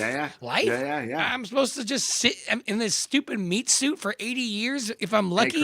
Like, what the fuck is this? Hey, Crumb. Have you done a deep dive into NDEs at all? Have you done near-death experiences? Yeah. Okay. No, but I've done enough. I do enough DMT to like kind of. No. Don't make a joke. Don't make a drug joke. Go like do NDEs. I mean, I've never done that. Deep dive. Like you have. Wait, what? No, nothing. You've never looked into NDEs, or have you? No, I've never done that. Is there a way to like do that like without actually dying and know for sure? There's people that have like testimonies of near-death experiences. It's absolutely fantastic. If you want to like go towards not fearing death anymore, get some of these and listen to some of these people. There's no way they're making these stories up. No, but some of them are so different and so like some people will say they've seen Jesus, and someone else will talk about seeing some crazy clown face, or just there's all these crazy stories where to me I feel like it's whatever it's our you got going on in your head, like trying to like make sense of something. It makes sense. Like I don't even know, man. I mean, the ultimate point is you still keep going on, whatever the story is inside. You can't see Jesus. What did people do before Jesus existed? I mean, did they see Jesus? What would be the point? What would be the point? What would be the point of any of this if you can't learn from something and keep going on? What would be the fucking point? It'd be useless. It's a dumb, stupid, fucking philosophical art. Like you should learn stuff. You're absolutely right. But what's the point of trying to figure out something that's impossible to figure out? Like, that's part of the experience. That's part of like learning and living and doing all what the if stuff. we aren't supposed to figure certain things out? Yeah, exactly. If I was a creator, the last thing I would want is everybody just worried about that shit. I would be like, dudes, just do stuff. Like, stop thinking about me. Like, exactly. I know. If you knew the end of the movie, what would be the point of watching it? It's just that's what it is. That's just the fucking philosophical point. It's just like maybe we're never supposed to know about flat Earth. Maybe all this shit is just us trying to climb out of our little fucking ant farm. Oh fuck! And God's like, God damn it! I did it again. Did we fuck up? Yeah, we fucked up. We fucked up. We fucked up. That's what I asked Mark Sargent about. I was talking to him at the convention. I said, like, we're building the fucking Tower of Babel right now, and we're like, come on, guys, let's keep building it. And then we're just pissing them off. Like, damn it! They figured flat Earth out. We gotta wipe them all out again. Like, it's our fault. Yeah. We're pissing God off. Like, it's like we're getting too smart. Would you stop figuring out what I already did for you? Just enjoy it. Sit there and be fruitful and multiply, you fucking assholes. I'm trying to figure out my shit. That's what if I was a God, I'd be like that. I'd be like, God damn it. And we're over here like, we're figuring out the flat Earth because this is what God wants. God, no. God wants us to fucking just chill out and stop talking about him. That's what I think. That's what I would be like. Shit. I wouldn't be like, you must like worship me. That's a bullshit God. But like, if I honestly, that is a bullshit God. That is a stupid God. Hell yes, you must think about me all the time. Blah blah blah blah blah blah. And the afterlife, eternal, and these ones bliss over here, where you're worshiping somebody. I choose these ones to be the more chosen ones. You wear these little hats, and then everybody else is yes, that's me. I'm the God. It's so stupid. So stupid. And you guys always make. You know what? You guys always make me feel better. Yeah, it is. But like, there's a part of me that kind of thinks that like we might actually be like maybe like waking people up. Maybe there's a reason why we're not supposed to know about flat Earth. Maybe I don't know what I'm doing. It's, you know. Bro, there's a couple people I told flat Earth about, and then like 6 months later, told myself, yeah, I shouldn't have told them about flat Earth. Yeah. Yeah, exactly. Some people like they're I completely agree. Maybe they shouldn't. Maybe they weren't ready yet, or like, because all I know is my reaction, and like it was traumatic for me, but it's probably more traumatic for some and less traumatic for others. But if it was for the people that it was more traumatic for than me, I can't imagine what they're going through, and like trying to wake people up. Like some people might not be able to take that, and it can be hard as fuck. It's like forcing somebody who can't swim to jump in a deep end. You gotta remember, Crumb, too. Like I was always naturally curious my whole life, and I've always been into stories that don't go with the narrative, right? Like I probably started this back when I was 7 years old. When my granddad told me that he didn't believe we went to the moon. I was 7 years old. I was like, "You fucking crazy motherfucker! What are you talking about?" And then like we're talking now, all these years later, I'm like, "Holy shit!" Here's some naval knowledge that he was out there navigating. He was like, he had a lot of data and said, we didn't go there. And so like, you have to remember that some people didn't have that experience. There were some people that had never even experienced curiosity, looking into stuff, and going all the way up to the ladder, what we call climbing the ladder in our community, right? Which is like, well, if that's not true, then that can't be true. That can't be true. Then we keep going until we're like, holy fucking shit, it was a complete inversion. But we're talking like we've had years of this experience, all of us. There are people out there that have never even touched this stuff. And for them to experience it for the first time, they might melt down. They might fucking fry out or die. I don't know. I mean, like, we got to remember that shit, too. Because, like I forgot how much time I've spent with all this. I forgot. Yeah. Because it's just naturally in the moment for me right now. But, like, you could just talk to the average person walking down the street, be like, you can't really land on that fucking light in the sky, the moon. You can't really land on it. You're just walking down the street, just going with the random people. Hey, you know that light over there? You can't. Can't really land on that thing. I can just see you just walking around New York. You're so fucking funny. Hey, you can't land on that. I do that at work. I do that at work during full moons. By the way, okay, can we talk about real quick this Copperfield making the moon disappear in February? I've been dying to figure. So I look it up, and he doesn't have an exact date. It's just some vague time in February. And if this fool picks the fucking day when it's a new moon, I'm gonna laugh my ass off because watch, bro. He's gonna make the moon disappear. Okay, just like he made the Statue of Liberty disappear. Because people are so stupid, they don't realize that the moon disappears everywhere in the world. They don't even realize they think I didn't know that shit until I became a flat earther. Yeah, me neither. I just assumed it's for like if it's a half moon here, it's probably a full moon in fucking New York. No, it's the same everywhere. Yeah, and that's crazy. But like he doesn't set the date. I'm just wondering what he's gonna do because he probably, if he's gonna do it when it's like a full moon, that means he has to know what's up. Because if he's gonna do this, I mean he'll have to know that the moon is local and small to block it out. And he probably can. He probably like put some fucking weird thing in front of it. He'll probably send some shit up. What the hell's going on? Can someone answer me the question? What the hell's going on? Actually, does anyone know what's going on? What do you mean? With everything. I don't know. What the hell is going on in general? What's going on? I don't fucking know. This is not my beautiful wife. This is not my beautiful kids. Let the days go by. Same as it ever was. All right. Yeah. Oh, Dave Weiss is here. I can land on the moon. What's up, Dave? Oh, fucking Dave. Hey, Dave, call in, because we trashed you last night, so you should call in. Call in, Dave. You think you would? Somebody send Dave a link. You get him in here. I want to know what's going on in the world. He's got more insider information. I gave you the StreamYard link. Text it to him. Right. No, that's so dope.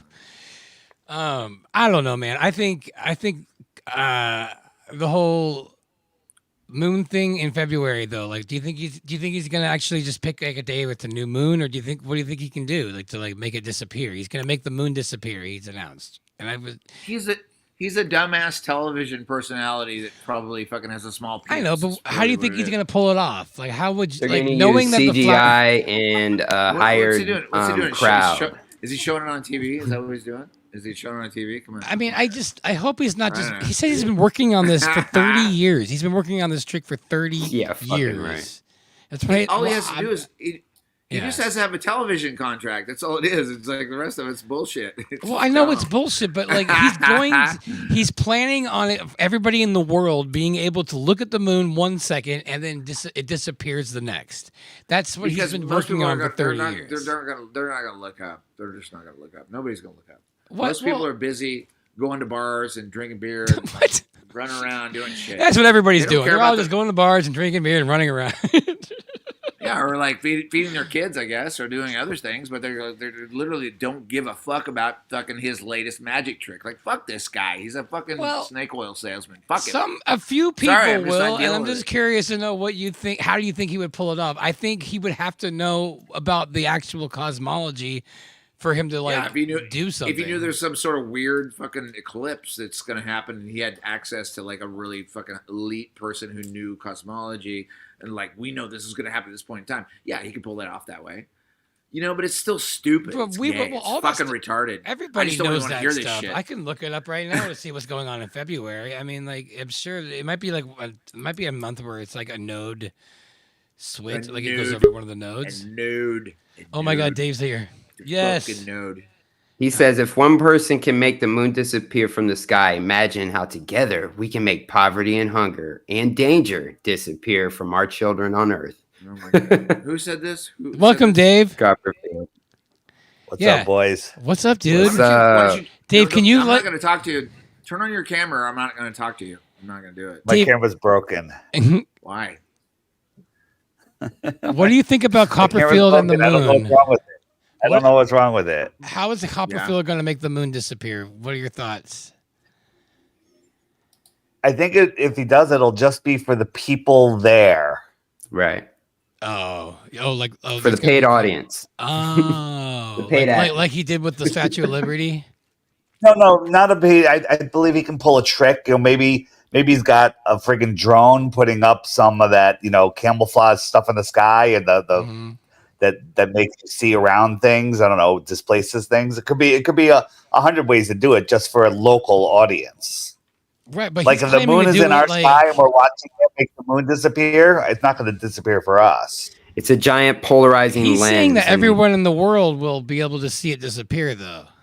I believe that's. Oh, is he saying that really? Yeah, that was what I read. Man, he's doing it during New theory. Mm-hmm.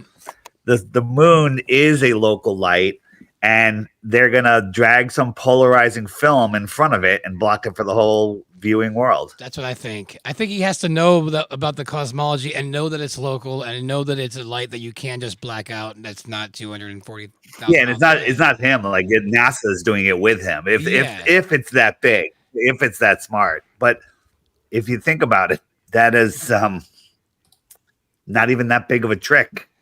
No, exactly. But to other people, they would think that because like it's so far away, it would be impossible. It's like a sixth the size of the Earth, with that math. So I don't know. I can't wait.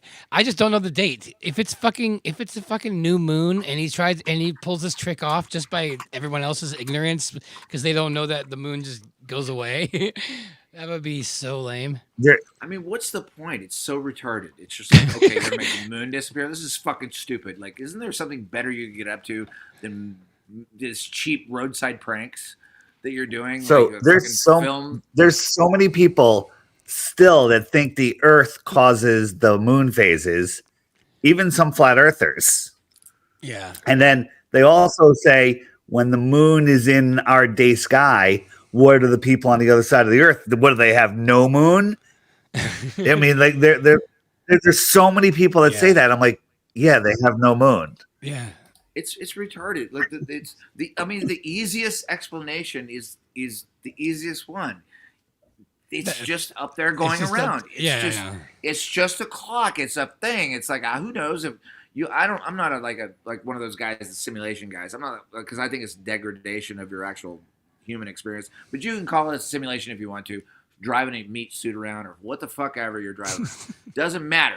What I'm saying is, why make it so fucking complicated? And why do we have these fucking snake oil salesmen on the side of the road saying, I'm going to make the moon disappear? This guy is a fucking douchebag and he fucking has a small penis and he sucks. That's it. It's just like, fuck off, you fucking asshole. Really. Dave, remember when Alex Stein was on and you would mute him and stuff? Like, I kind of feel like Lowry has to like kind of be the next in line for that. I'm not that bad. These fucking steak oils. Mute Lowry. Never mute Lowry. You never know what he's gonna say next. I agree. I love it. No, I gotta say, when we were doing the trivia the other day, dude, like it was like every question was like first we had to have like a 10-minute rant of like, oh, what the fuck? Who gives a shit? First off, who cares about this? Second off, it's like, all right, so what's your answer? And then I was like, you just ranting up like 10-minute rant. Hey, did you guys see Alex Stein ask Tucker Carlson about flat Earth? No way, he did? Yeah. Did he drop it? He dropped it on. He actually said the word. Really? Yeah. Oh, yeah. He asked him about it. He said something about he was upwind to it, and then said that guns don't lie, and he's pretty sure he has to take curvature into account when he's shooting his guns. Oh yeah. Globe Earth. So Jaron and I have asked Alex to introduce one of us to him or somebody that can talk the talk. And he hasn't done it. Yeah. You know what? He's doing good though. I think he's planting this seed smart, to be honest. No, here's what's happening exactly. Is number one, Weiss, you're fucking badass at talking about this shit. We have an Austin on our team. They don't. Yeah, no kidding. Yeah, we have an Austin. And it's over. It's literally. There's even others like Alan from Space Audits. You were talking about Space Audits. Even more dangerous, I feel like. I can't talk like these guys can talk. Like the fucking Austin's razor sharp debate is so complete. I'm just gonna be a color man. I'm just gonna sit back and be like fucking cheerleader. I'm just gonna be like, yeah, what he said, motherfucker. Listen to that motherfucker. Alan from Space Audits, though, isn't good for the average person because they don't understand a word that he's saying. No. That's true. Right? Austin, at least, it dumbs himself down a little bit to speak to the average person. Me, I teach Flat Earth 101. It can't get any easier. I'm for the total beginner. Great for me. I love listening to that shit, but like to be honest, he makes me feel stupid, so I can't. I just feel like most people just kind of like feel really dumb. Come on, Crumb. He's just, you know what? He's doing God's work, and all we get to do is we get to make fun of everything. We get to be funny people. We get to be like color men and supporters of like. I want Austin to continue to crush people's fucking faces over and over and over again. Weiss, you too, and just keep doing it over and over and over again until they finally understand that they're not fucking spinning. That's it. That's it. And once you get to that point, then everyone will lose their anxiety and we can have a good time. And, your anxiety will go away when you are comfortable with it in yourself and not looking for other people to wake up. I've been down this road, and I'm telling you, like the only way to that peace that you're looking for is to detach from other people's need, like the need for other people to see things, and that's literally. Stop telling me what to do. I'm not telling you what to do. I'm just saying this is me working through. Like you need other people to wake up. I'm talking to myself over here. I'm like, it's all good. Is it like I'm just as fucking? I'm just being a little bit more bullshit, just more new agey, and doing the same fucking self healing here. But it's true. Like you have to just detach. In my opinion, I know. You don't have to do shit. I'm just talking about what works for me. I get angry. I get mad. I get angry, and then I get fucking ranty. I'll stop being ranty after a while. No, it's good. It's good. My ranty phase is almost done. I don't know. I'm just like, no, dude. If we get a Tucker to talk to us, or somebody like that, or somebody big like that, I think me, Austin, and Jaron, like we can cover. Jaron's so good with the space stuff and the quotes, and then Austin just has all of the technical stuff. Yep. And And then I've got the graphics. The three of us together, I think, could be pretty deadly. I think so too. I do, but if you add Mark Sargent in there, because I feel like Mark is really good at delivering it in a very like personal, in a way that doesn't make people feel like. Can you bring Crumb and I at the end for some color at the end and just like no, you don't want no. I do not want to be a part of this. Do not put me in there, either of us. That will ruin all the work. No, but I will say that like no, you guys, you're absolutely right. Like three of you guys add like all the elements for sure. I would say you are probably the most. I think honestly, Dave, I think you probably are the best at waking people up. I think Austin. Well, it's because I'm taking the easy. I'm doing the easy stuff. It's but like so just practiced, literally. I do the same stuff again and again. I'm adding new stuff, but that's the easy step. Yeah. So it's all good all together. Like Jaren's so good with the space stuff and pulling up. Like the stuff he pulls up live is amazing, and I just haven't mastered that yet. So no, you've mastered it. I've seen all your streams. You've literally like. Did you see his? Yeah. We've seen. Did you see his Himawari 8 stream the other night? I haven't seen it yet. He pulled up the Himawari 8, which we've already completely debunked with Paul on the plane when they found that FTP server that showed all the fake images. But now it's literally they changed it from the blue marble to a cartoon ball. It's literally a cartoon ball. And then when you change between images, the clouds show up a second later. So it shows the globe and then the clouds, which shows you it's layers. It's not a photograph. Yeah. What? It's a fucking brainwash, man. It's like yeah. I mean, so Crumb, what would your take be on this then? If we understand now that it is a brainwash, well, I mean, I've known for a while it's flat. It's hard for me to. I feel like I'm just like beating a dead horse in my energy. Like you guys are doing great, but like I know it is flat. It's flat. It's like for me personally, like I have to step out a little bit because I know it is, and like okay, more evidence like doesn't really change it for me. Like I've been convinced so much.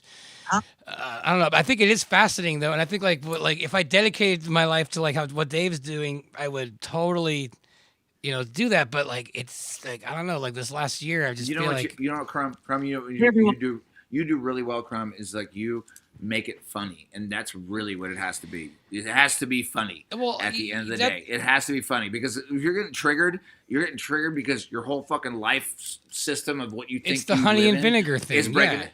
Yeah. It was like they're gonna kill you. It's like they'll kill you if you don't make it funny. You have to make it fucking funny. You also have to make it look like you're not like an insane person, and you have to make it look like it is funny and it's not a big deal. Like it's okay. It's like you're not gonna like you can come with me. People look at flat Earth it's a fucking. If I go down that road, then like they look at all the things that's going to affect them. And honestly, a lot of things do. Like their credibility, their job. There's a lot of things that affect people's lives, and like asking people to see it is asking somebody to take a giant step, and showing people proofs. That's great, but like, what do you have as a support system once you're there? Like that's what's lacking. Yes, exactly. And what I'm going to say is like, once you get to the point where you realize you're not spinning, your life gets a lot fucking better. No, it doesn't. It doesn't for everybody. It totally does. It does. It does for everybody. It does. Yeah. Like what I'm saying is like it has to like better. It gets better. It does get better, but like the reason why people are struggling with it is not because of the lack of facts. The facts are. I'm not being a whiny bitch. I'm saying that like it gets better. The amount of facts are overwhelming. We don't need more facts. Like any idiot can tell it's a flat Earth just by all these facts. We don't need more. We really don't. What we need is to like look like is to offer some sort of like it's a lifestyle change. It's what it is. This whole thing is asking people to change their lifestyle, change how people see them, change how their coworkers see them, change how everything in their life changed. And all we have is facts, but we don't have like, hey, look, life is good. We have to offer more than just facts. We do. Yeah, if you really want to wake people up. I mean, you want some spiritual. I think people are waking up so fast right now. It's unstoppable. I agree with that, unless they pull a leave the world behind on us or something like that. But have you guys seen this a Gap Kingdom Fellowship? This young preacher is railing on flat Earth, and he wants to. So many straw man arguments, and he's like, no flat earther will ever talk to me. All flat earthers say this, and all just garbage. And one of his inside people told me that he has a reveal that is going to prove the globe, because he was actually at the Bible debate in Tennessee, and he didn't hear a word. Dean said nothing, right? And so, and they let me in on his reveal. So I reached out with him. I'm communicating with his assistant, and we're going to try to get him on Jaron's debate show. And this is his reveal: the Himawari 8. Oh yeah. So we're going to just destroy him. We're showing him the old video and the new stuff, and it's going to be hysterical. Hopefully, it's so dumb. Why it's like, again, a lot of us appreciate your work, man. It's like big time. I mean, like fuck. I mean, like, I remember the first rant I heard of you in 2015. I was like, what the fuck is he talking about? Who's this guy? Like, what? But shit, you're the one that woke me up, man. Yeah, man. I was like, who the fuck is this Dave Weiss? Yeah, just yell. I was listening to it. I was listening to it in a podcast on the subway, and I'm just like, this guy's fucking railing. And like, okay. Yeah, but then go ahead, finish. I want to tell you something that happened today. So I've got these pilots calling me, like major airline pilots, American, JetBlue, Qantas, right? All of these guys. I got like 15 different pilots that are texting me, calling me. And this one guy, they don't want their names mentioned, but he was a domestic flight, and he said over Michigan. I think it was over Michigan. The control called him and said, listen, we've got 2 NASA balloons descending in your area with no transponder for the next 50 miles. No, he's trying to get me the audio recording of this. If I get that, it's gonna be killer. But he said 2 NASA balloons, and he goes, the other pilots weren't too worried about it. He goes, but me being a flat earther, I know what's hanging on those balloons, and if we hit it, it'll destroy the airplane. The guy was literally, he told everyone, he told the stewardesses to tell everybody that we're going to hit some rough weather possibly, because they didn't know if he'd have to do a evasive maneuver. And he seatbelts on and put everything away and tray tops up but they got by and they never saw anything. But it was like they didn't know where they were. The airplanes also don't have radar. They only have weather radar on them. They don't have things that'll spot other things in the sky. That all comes from control. Right. So I thought it was very interesting. Can I want to speak into that because I think a lot of people really get scared about high knowledge that they don't understand, but it's really not that difficult. Like, if you have a basic understanding of how to do measurements and how to do everything else, if you can get past that, you realize that the fuckers that did this deception, they're not really that smart. They're actually fucking idiots. They're actually psychopaths. And you're like, oh my God, how the fuck did you fool me for fucking 48 years? Well, through indoctrination or whatever. But like, literally, they're not really that fucking smart. Like Neil deGrasse Tyson, he's a joke now. Like, if I saw him on the street, I could crush him. And I'm not even Austin fucking Witsit Gets It. I would crush him just with my stupid average flat earth fucking knowledge, And I'm like, it's not even that fucking smart. I get people on my Facebook all the time, like tagging like stuff that he posts because they know I'm a flat earther, and they tag these like ridiculous like. It's so bad. It's so embarrassing. Like these pictures of like Earth and space, so and I'm like, because they know me as a flat earther, and I'm like, dude, I don't want to do this. Like, so I hate it so much.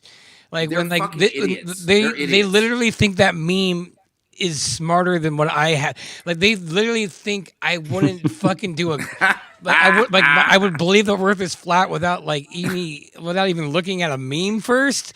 Like it's so embarrassing, and it's just like I hate it.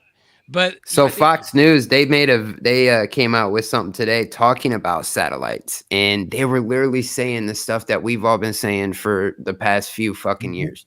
NASA is launching, starting to do a balloon program, right? Right. Yeah. I just made a video on it, and they were talking literally everything that we've been saying for fucking years. How it's not just weather balloons, because that's the regurgitation we would get back. Like, oh, those are just weather balloons; they're not real satellites.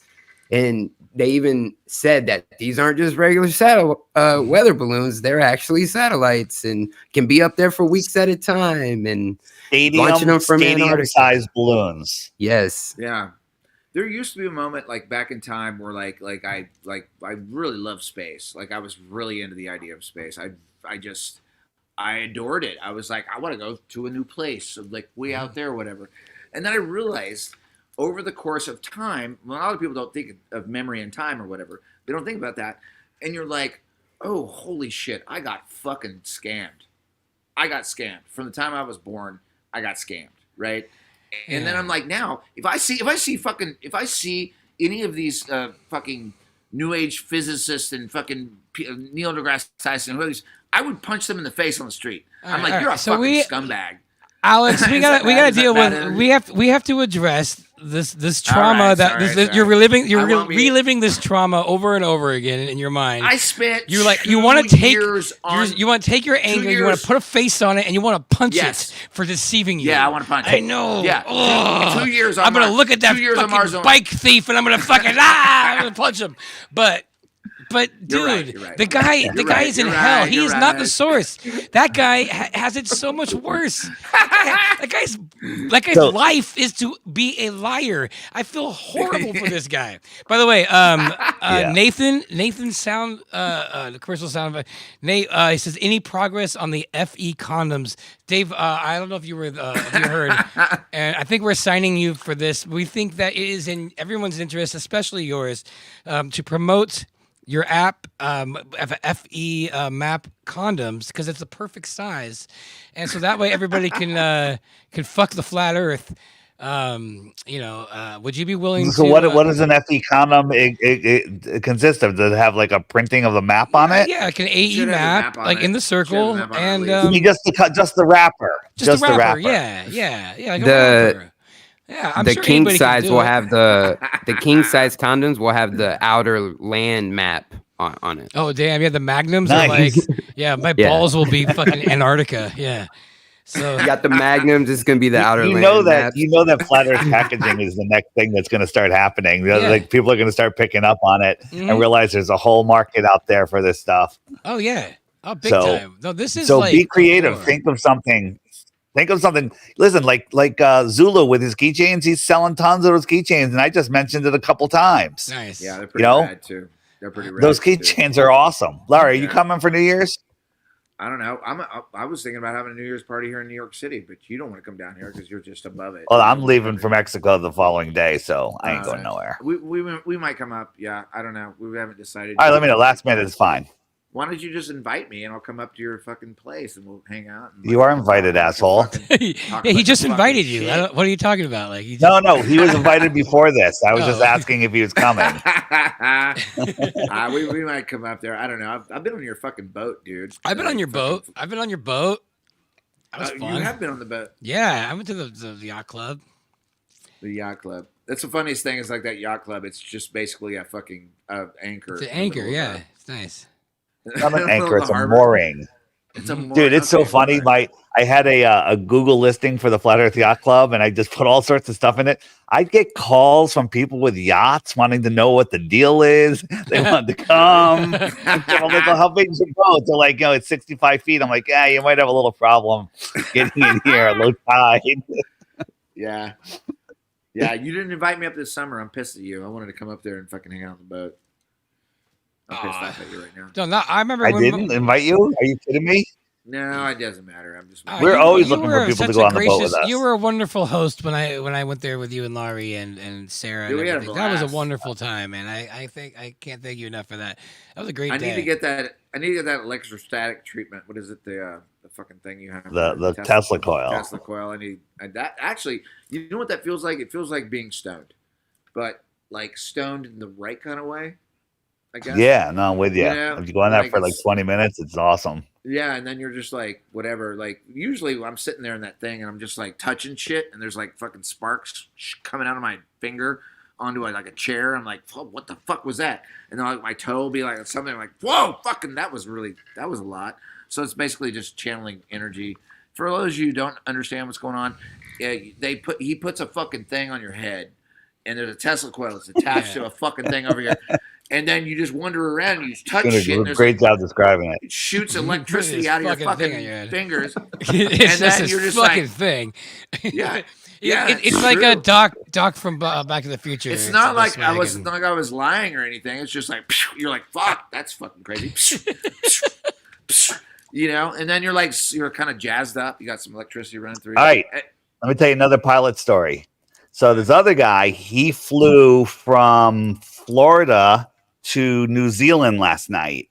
And he says, I asked him, can he do time lapses? They say they're forbidden from using any personal devices in the cockpit. Right. Really? So he says, you'd have to really know the crew and trust them to be able to do it.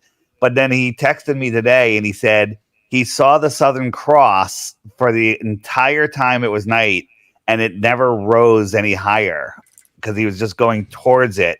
And, and I'm trying to get more details to how was it moving across the horizon. But I think that the Southern Cross is so far away that it kind of stays where it is. Just like, when you're looking at mountains in the distance and you're driving, they're hardly moving compared to the trees. On a globe, would you be able to see it? Like if you're in the Northern Hemisphere?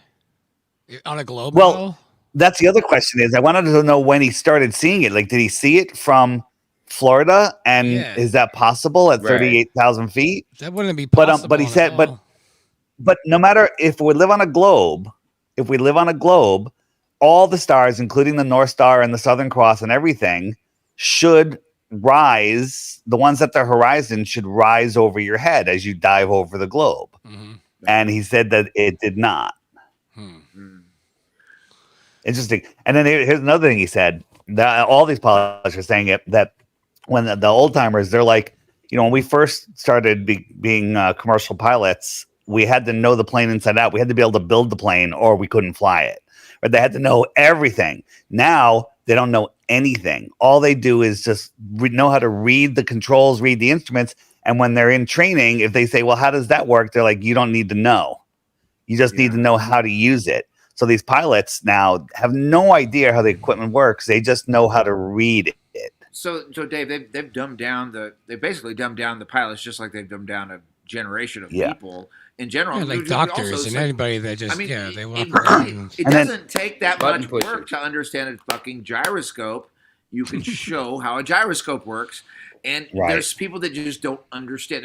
They built it. Well, they think that there's they think that there's a computer that makes it, adjust for the rotation because that's what they're told.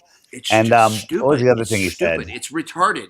It's dumb. It's so fucking stupid. Like we're experiencing the dumbest retardation of an entire generation of people. I'm like, no, it actually has to stay that way. Sorry, I'm not getting angry. Sorry, go ahead. The rate of descent when they're going to land, they used to have to calculate it themselves. Like, okay, 100 miles out, we're at 33,000 feet. We need to go down X number of feet per mile or whatever. And at 100 miles, you have to calculate the curvature because at 100 miles there's another mile of the land is a mile lower. But they said they never calculated for that. It goes, but now the new pilots, they don't have to calculate it for. They got a machine that does it, and it calculates the Earth curve. They usurped that fucking thinking part out of it. They just out of the training program. But it's just so dumb. I mean, we're past this now, guys. We're past it. We're all past it. Now that we know it's flat, what is this though? What the fuck is this? What is this fucking place? Why are we here? What is this place? What am I supposed to do with my time? Why are we all doing this? What's the point of all this shit? So that's what I want to know. I mean, seriously, we're all figuring things out, but we're all these beings, just oh great, but what's this point? I'll tell you, Crum. They've given us the cheat codes. We have the codes to the game to get to the higher levels, and we know that this world isn't just the physical world that we're taught that it is. And now that we know we have this little extra knowledge, we can actually manipulate this world for the better. Well, do you think that because I think stuff like that movie, stuff like Leave the World Behind is literally they're trying to create that. So they need enough people imagining it to bring it into reality. Just like, you know, on 9/11, they couldn't start the Gulf War without us all wanting it and imagining it. Yeah. So they keep doing that, and the more people that wake up and decode this stuff and laugh at it, it literally takes the steam out of it. Now, a lot of people that say, "Oh, that's crazy. That's you know, you're New Age or whatever." Bullshit. It doesn't matter whether you believe it or not. It's real. We're in a spiritual war, whether you believe it or not. Yeah. Okay. And that's how they win these wars, is because people don't know. People don't know what the hell's going on. So that's what the fuck is going on, Lowry. Yeah. I got you, man. I just want to scream about shit all the time. That's just what I want to do. I know. Well, that's what your calling is. You're very good at it. That's my manifestation of like. Is it therapeutic for you though? Does it help you? I'm just like, fuck you.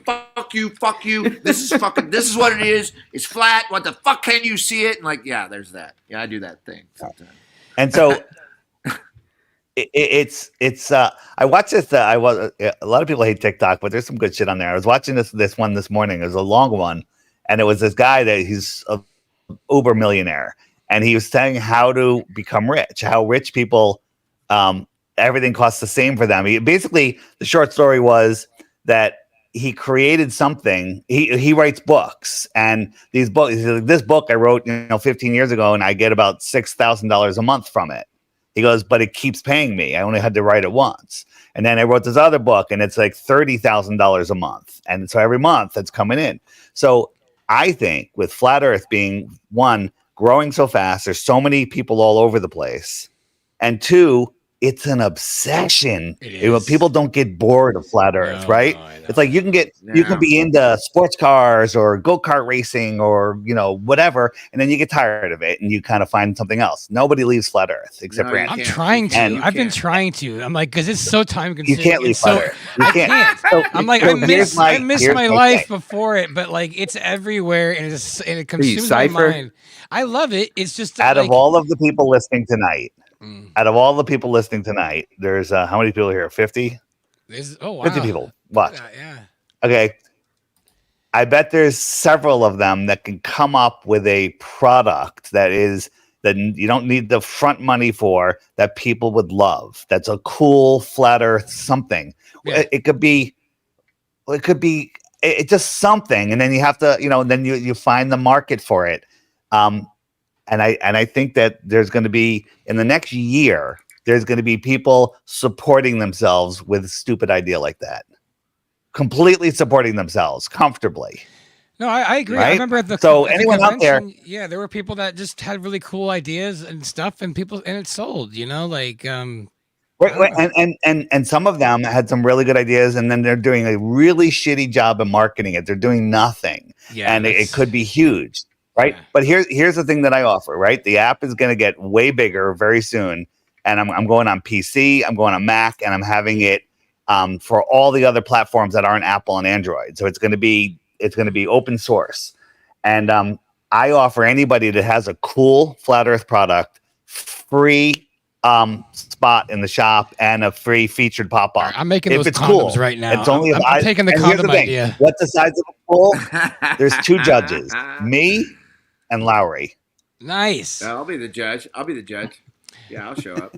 I'm gonna make some condoms. I'm gonna make Flat Earth condoms, but they're all gonna be extra large because I know this community. But here's the thing: how many do people still use condoms? I'm sorry, I have no idea. Hell no. No, that's good. That's good. That means that people will buy them and then just hold on to them and not use them. Yeah. And it's more of like a novel. They'll put it up and they'll be like, hey, look at this. They'll put it in their wallet like anything else, and they'll stay there from 8th grade till 22, and you'll just constantly look at a Flat Earth fucking wallet, just like I did. How about if I had a Flat Earth condom, like from when I had a condom in my stupid wallet, in my Velcro wallet growing up, like by the time I ever thought I would use that thing, that would be that's a great idea.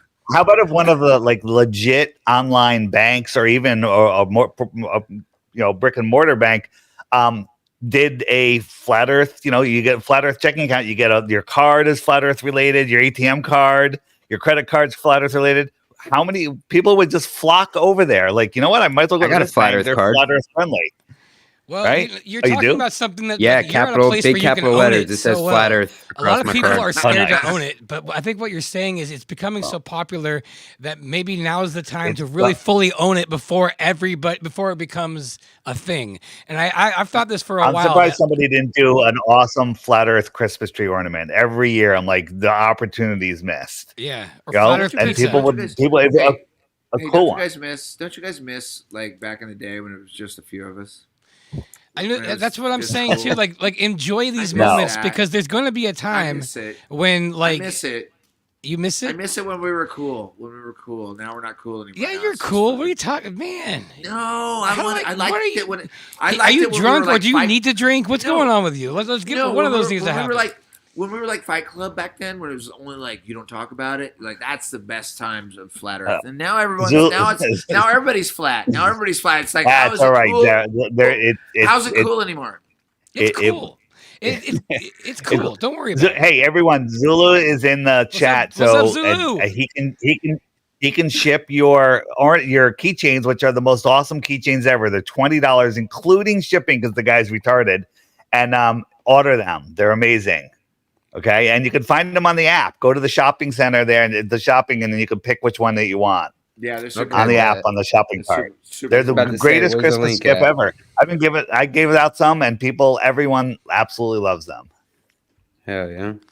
I love it. All right, so I mean, yeah. I mean, They're is very it just cool. like the flat Earth? See, I would love to have something. You know what I It would looks like freaking this. love? It looks Do like you know this. how to make? Do you know how to make a how to take a map like a This is Hold on, what it really, looks like. really quick. Wait, right. Wait, hold on. Dave. Look at Larry. Show your thing. Get up nice and That's what close. it's fucking awesome. I got a couple of And these. it's nice and weighty. And then It's show the like- back. It's show like the back. you got a thing here.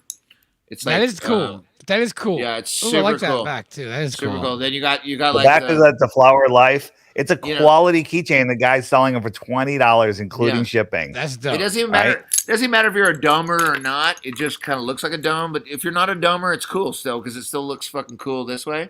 And It then looks cool this if way. you put it down on the counter and then you take your cell phone flashlight and you just circle it over it, there's a Oh, little yeah. sun inside of it, and Really? and people are like, Are you "Whoa!" serious?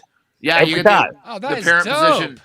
Yeah, the parent position of the sun shines through there. Same thing you would do with like It shows a right up Slurpee in cup. there, and it looks Oh, like like a little sun. naturally. It Yeah, looks like yeah, a yeah. perfect little ball. Yeah, It works Yeah. amazing. yeah, it's awesome. Very cool. Yeah. So I want somebody that's listening to the show to come up with a cool idea and do it. Just fucking do it. All right. And I'll help you. I love it. Anything flat Earth related. Anything but there's going to be, the market is fucking huge. Yeah. And the retention, of people, like if you come up with Flat Earth chewing gum, if people still chewing gum, Flat Earth it's chewing just gum, something. okay. I need to make some money for sure. I am like Bach. I am Right. broke as Yeah, fuck. you have to come up with something that you don't need like $100,000 investment to get it rolling, unless Right. of course you have $100,000 investment, and then that'll pay off. Yeah. But Hey, guys. That's a good side hustle for sure. Hey guys, it's not a side hustle. You can literally make this your Your full your thing? occupation. Or you know what? And just a good book. There's people out there that are awesome writers, awesome illustrators. Make a good kids book. Kids books. You know what's great about kids book? It's like my job, Flat Earth 101. It doesn't have to be that. It could be so simple. Writing a kids book, you can do it in an afternoon. Oh yeah. Right? Absolutely. Writing a novel takes you a year. really. I could really have good AI make illustrations, too. write a kid's book and then just add some flat Earth shit and then Dude. it's that easy. And you could have it illustrated too. Put it together and make it on print on demand. You know how much that costs you? It costs you nothing. You can list it with Amazon and they'll print them on order. You don't have to ship, you don't have to print, you don't have to inventory, you don't have to do shit. I love it. This is Right. good advice for everybody. There's so many things, but if writing a book or making pictures isn't your thing, come up with something else. Yeah, There's a million things out there. Hey, listen, Million.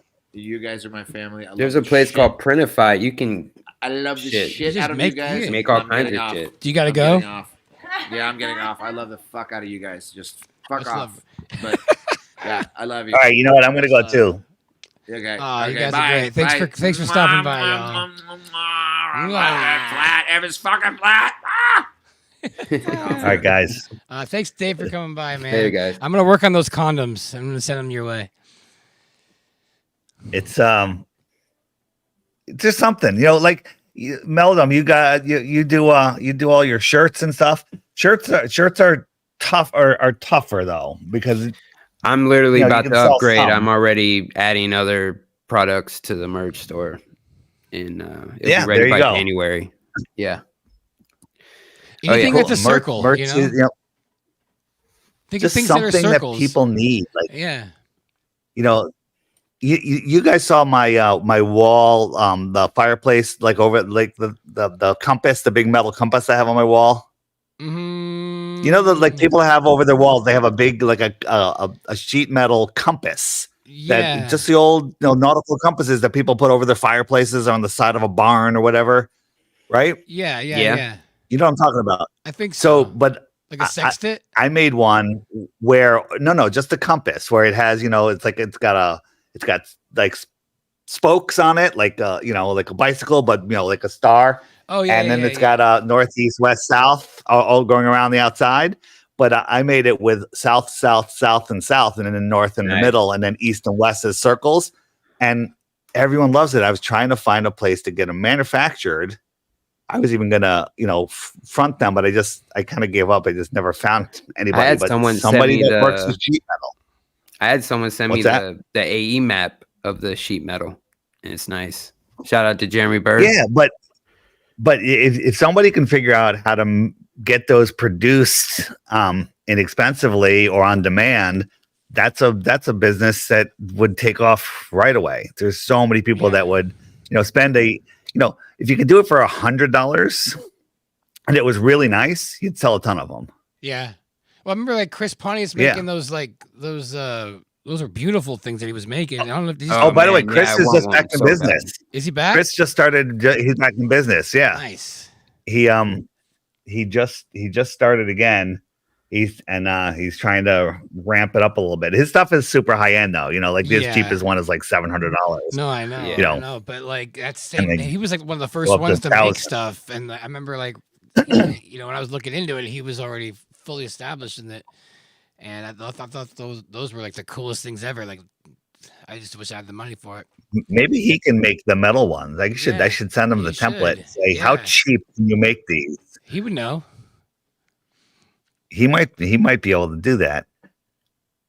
Man, if he can get it for if he can make them for $20 and we can sell them for $50, it'd be tons. I'd buy 10 for gifts. Yeah. All right. So I mean, there's 48 people watching, and Zulu here says I'm trying, and David has helped me so much. I would do wood burning with a laser. He could do custom keychains. Just sent out one. It's a set for your mom and baby, and same price. Yeah. Yeah.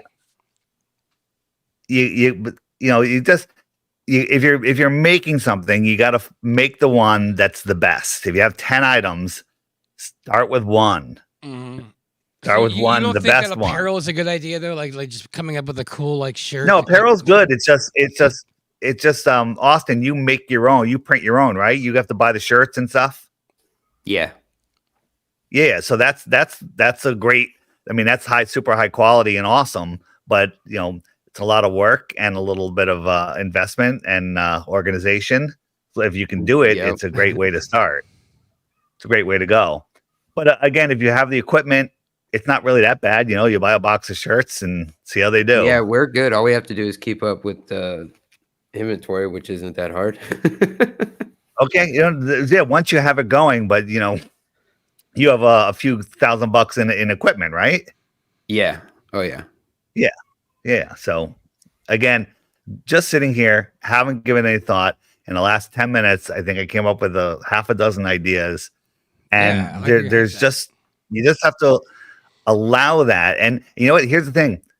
You don't have to actually consciously come up with the idea. You just have to put the intention out there and allow it to be delivered to you. And they'll keep throwing it. It'll keep getting thrown in front of your face until you see it.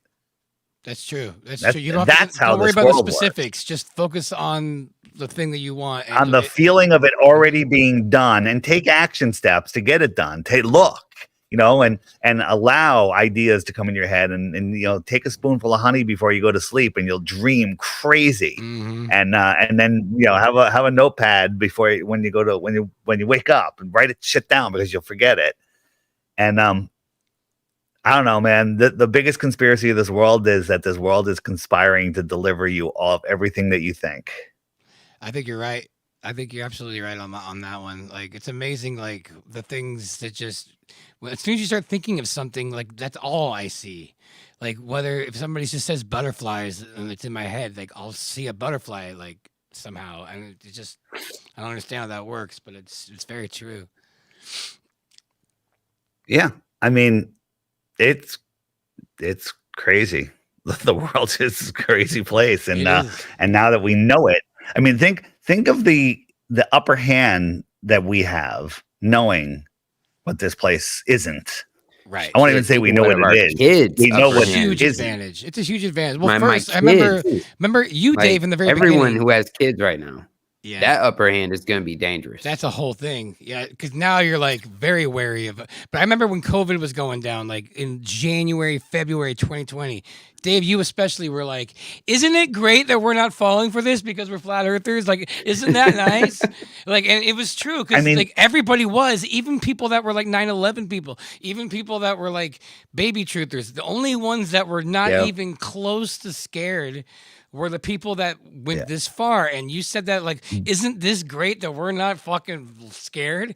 When even like Alex Jones level people were fucking scared, and we were batting 1,000. Yeah, that was our batting average. Yeah, and that's to me, that's the most valuable thing.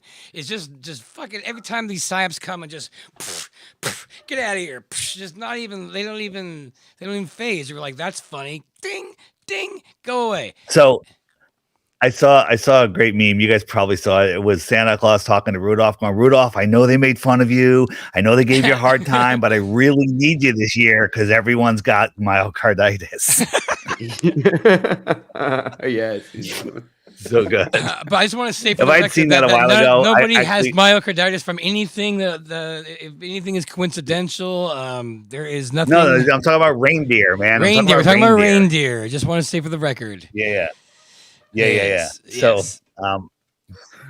it's sorry, probably shouldn't have No, it's okay. I had to take a little quiz to get my warning strike removed, and that like something they actually brought up that condition as one of the things I had to talk about. So here's a pop quiz. Yeah, it was a pop quiz. It's so like crazy. This myocarditis doesn't come from. I'm like, I had to literally. It was like one of the questions, and I'm just like, oh shit. But don't worry about it. Don't worry. I only have a warning right now, so we're good. Getting back to allowing this system to deliver you what you're thinking. That's I say it often that you are your worst enemy. You're probably your only enemy. Yeah. And so if you elevate your thoughts and allow and desire and feel, it will magnetically draw these situations to you. Like it's so insane once you realize it, and then the more you realize it, the better it works, the faster it works, and the better that you do. So yeah, well, I've seen you manifest from the start, man. Like you're proof of the pudding. Like I remember when you first started the app, and like just seeing what you've done from just kind of starting with you and Jaron doing your like Monday shows. I remember before you even did the app, and you were guys just talking about it then, and just watching what you've done, and now like it's you are absolute proof of all of that. And I mean, I've been to your house, like you're constantly thinking of like how like your app is constantly like upgrading too. Like you have that mind where you're like, well, how can I make it better? How can I make it better? Like, and you're just constantly thinking of things. And I think that's really cool because you recognize that like, you could like you've been given all these things. They're like, wow, I thought this and I manifested it, and it just gets easier and easier. So absolutely, man. Right. I think that's really cool that you So are the proof of that. here's one more thing is, a lot of people have a lot of good ideas and they even make them, but then they don't have any money or ability to distribute them to the right market. So that's the hardest thing is, advertising and distribution. But with the app, we now have the distribution and the target market, the 100% target market. So anybody that comes up with something that's very cool, as long as Lowry says it's cool, I will put it on the app, and if it's really cool, I'll do a pop-up. Like you guys all saw the pop-up for Zulu's keychains if you opened up the app recently, or no, Yep, a couple I got weeks it. ago. I just opened it. Yeah, so I can now on all of those pages when there's something new that we want to just alert people to, so you don't have to like what's new on the app. It'll literally pop up in your face. So anybody wants to do that, that's free. Okay, so let the creativity begin. There you go. You're guys. only Free as advertisement. financially wealthy as your creativity. So I'm not very creative, I guess. Oh well. Yes, you are. No, You I'm are. just kidding. But you No, also you're also your worst enemy. Of course. You have to just watch the words that you spell. I'm learning. We're all on this journey, and we learn from our mistakes. Absolutely. And we grow and grow. And I absolutely like have a lot more to go. And I'm loving this journey, and I've learned a lot. And Flat Earth kind of like just this whole the last 7 years have just been so chaotic and like just such a learning experience about like where my strengths and weaknesses are. But it's been so unstable that it's just been, but like it's starting to get more stable, and I think a lot of other people can relate that, like it's kind of like, like if a ship in the ocean gets hit, like it is for a while, but eventually the community's getting more and more stable on solid ground, and and from my experience, now is the kind of time to kind of just own it and thrive from it and look at it like an opportunity instead of like something that is scary, or like feeling the need to like kind of wake other people up. Just now is more of a time to like own it and just love it and thrive on it, because you've been chosen to see this stuff early, so why not take advantage of it? Why not? That's what we've been here to do. So I completely agree. I think it's very smart, and I've completely I hope everybody listens to this. It's true, because one thing this community can use is some extra cash, because we're gonna all need to buy some boats to go to Antarctica, 1 million of them soon. So and just storm that shit once we get rich. So I couldn't agree more, man. I'd rather go north. Airships. Yeah. Let's go. Me too. Yeah, I'd like to see that. Yeah, one day. Yeah. Well, I'm gonna call it a night, man. I think I'm gonna call a stream pretty soon here too. Kind of get a little. Wow, it's been 3 hours stream. Dave, thanks so much for coming by, and Melodome. You're a legend, Dave. Appreciate you guys are all legends, man. You guys are legends. It's all good, man. Everyone's a legend. So just allow yourself to be a legend. Yeah. No, I like that. Hey, Crumb, I appreciate you being a contender on the trivia, man. Yeah, that was man. great. Anytime, man. That was fun. I had a great time. Hell yeah. Who won? Fucking Lowry won, dude. Damn. It was a close game, though. I was listening for a little bit, and I figured, how can I cheat? And I'm like, I know how to cheat. I could have my phone set with ChatGPT on voice dictate, and so whenever you ask a question, I just repeat the question out loud, and then it'll show up on my text. I thought of that, but all right. Appreciate your donation too, Dave. Appreciate that. Yeah, that was cool. Yeah, no problem. All right, Crumb. All right, hit me y'all. up, man. All right, yeah. Dave, thanks guys for coming. All right, and shout out to Commercial Sound and Video, Nathan and Sue Finelli, and everyone's here. Look at all these people. Here. It's really cool. Yeah. I've done a stream in 8 months, so I did not think there was going to be a very big stream at all. So this is really cool. Looking here, Rockfin hasn't had much love in a while, but okay. Tiffany, Nicole, Andrew, LaSween, what up? Robo Honky. Damn, I haven't seen some of you guys forever. And Bex, what up? Good to see you guys. Cool. What was the total take on the donations, Austin? 3,100. Better than the sharp stick in the eye. God damn. Yeah. Oh, it's over 13,000 for the year. 13,000. Here, well, I'll leave you on this final note. So, talk about vibrational energy differences. You guys heard when McToon showed up at the debate? Yeah. Did you guys hear that? I didn't, but I saw it. I saw a thumbnail. No, yeah, I heard. So in Tennessee, and everyone was going everyone was like, Dave, I'm shaking so many hands, and this guy goes, hey, he holds out his hand. I shook his hand. I'm like, hey, what's your name? He's like, really? And I look him in the face. I thought, oh my God, it's fucking McToon.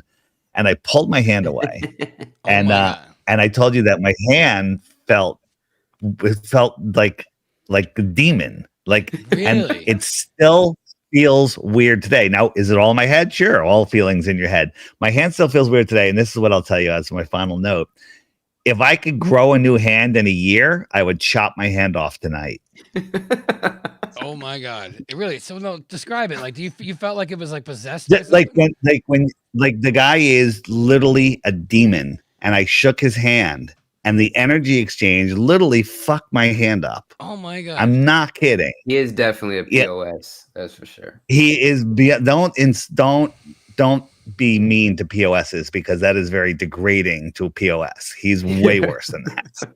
What's POS? Agreed. All right, don't insult don't insult POSs like that. He's just an evil, and Jaron thinks that he just believes his scientific bullshit. Maybe he's right, but I don't think so. I think he is literally demon possessed, and the things he puts on his website, he's gutter. You got to glurf you got a straw man to glurf. Right. That's what I say. You got a straw man to glurf, because that's all they do. Huh.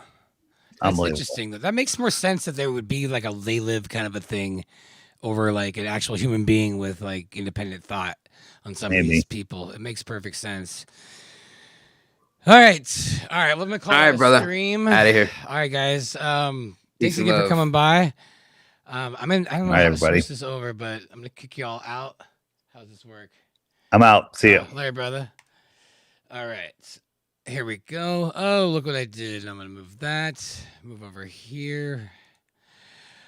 Where is this? There we go. Take that off. Okay, here we go. Thanks, guys, for watching. That was amazing having these guys on here. I did not expect that. Looking in the taps or the chat. See, Christopher tipped $5. Thank you. Crumb Chris, Redriver, appreciate that. Zulu, good to see you. Thanks for stopping by. Taking back Eden, NBD, what up? Donald, oh, he just got here. Cheers. I usually play my out song. You guys want me to do my out song? I haven't played any music in a while, so I might do that. Here we go. I'll play my little outro tune just to get some music going. Unless you guys got any requests. But I thought that was a pretty good idea. I think Dave is totally right. You guys should make flat earth stuff. Make some money. In the meantime, I'm actually thinking about doing that too. Going on the road this week. So I'll be gone for a couple of weeks, and when I get back, I'm going to start streaming at least every week. But it's been a little too long, in my opinion. I did 8 months off, and it feels good to be back. So I did not expect this much viewership today. 48 people watching. Yeah, that might be my highest. So. And we'll meet again. Don't know when, but I know we'll meet again some sunny day. And keep smiling through, just like you always do. Until the blue skies dry the dark clouds, far away. So won't you please say hello to the folks that I know, and tell them that I won't be long. You'll be happy to know, as you saw me go, I was singing that song. And we'll meet again, don't know where, don't know when, but I know we'll meet again in like a few weeks. Next year, I guess. Next year, I will see y'all. Thank you very much. Any tips are absolutely appreciated for the road trip extra money.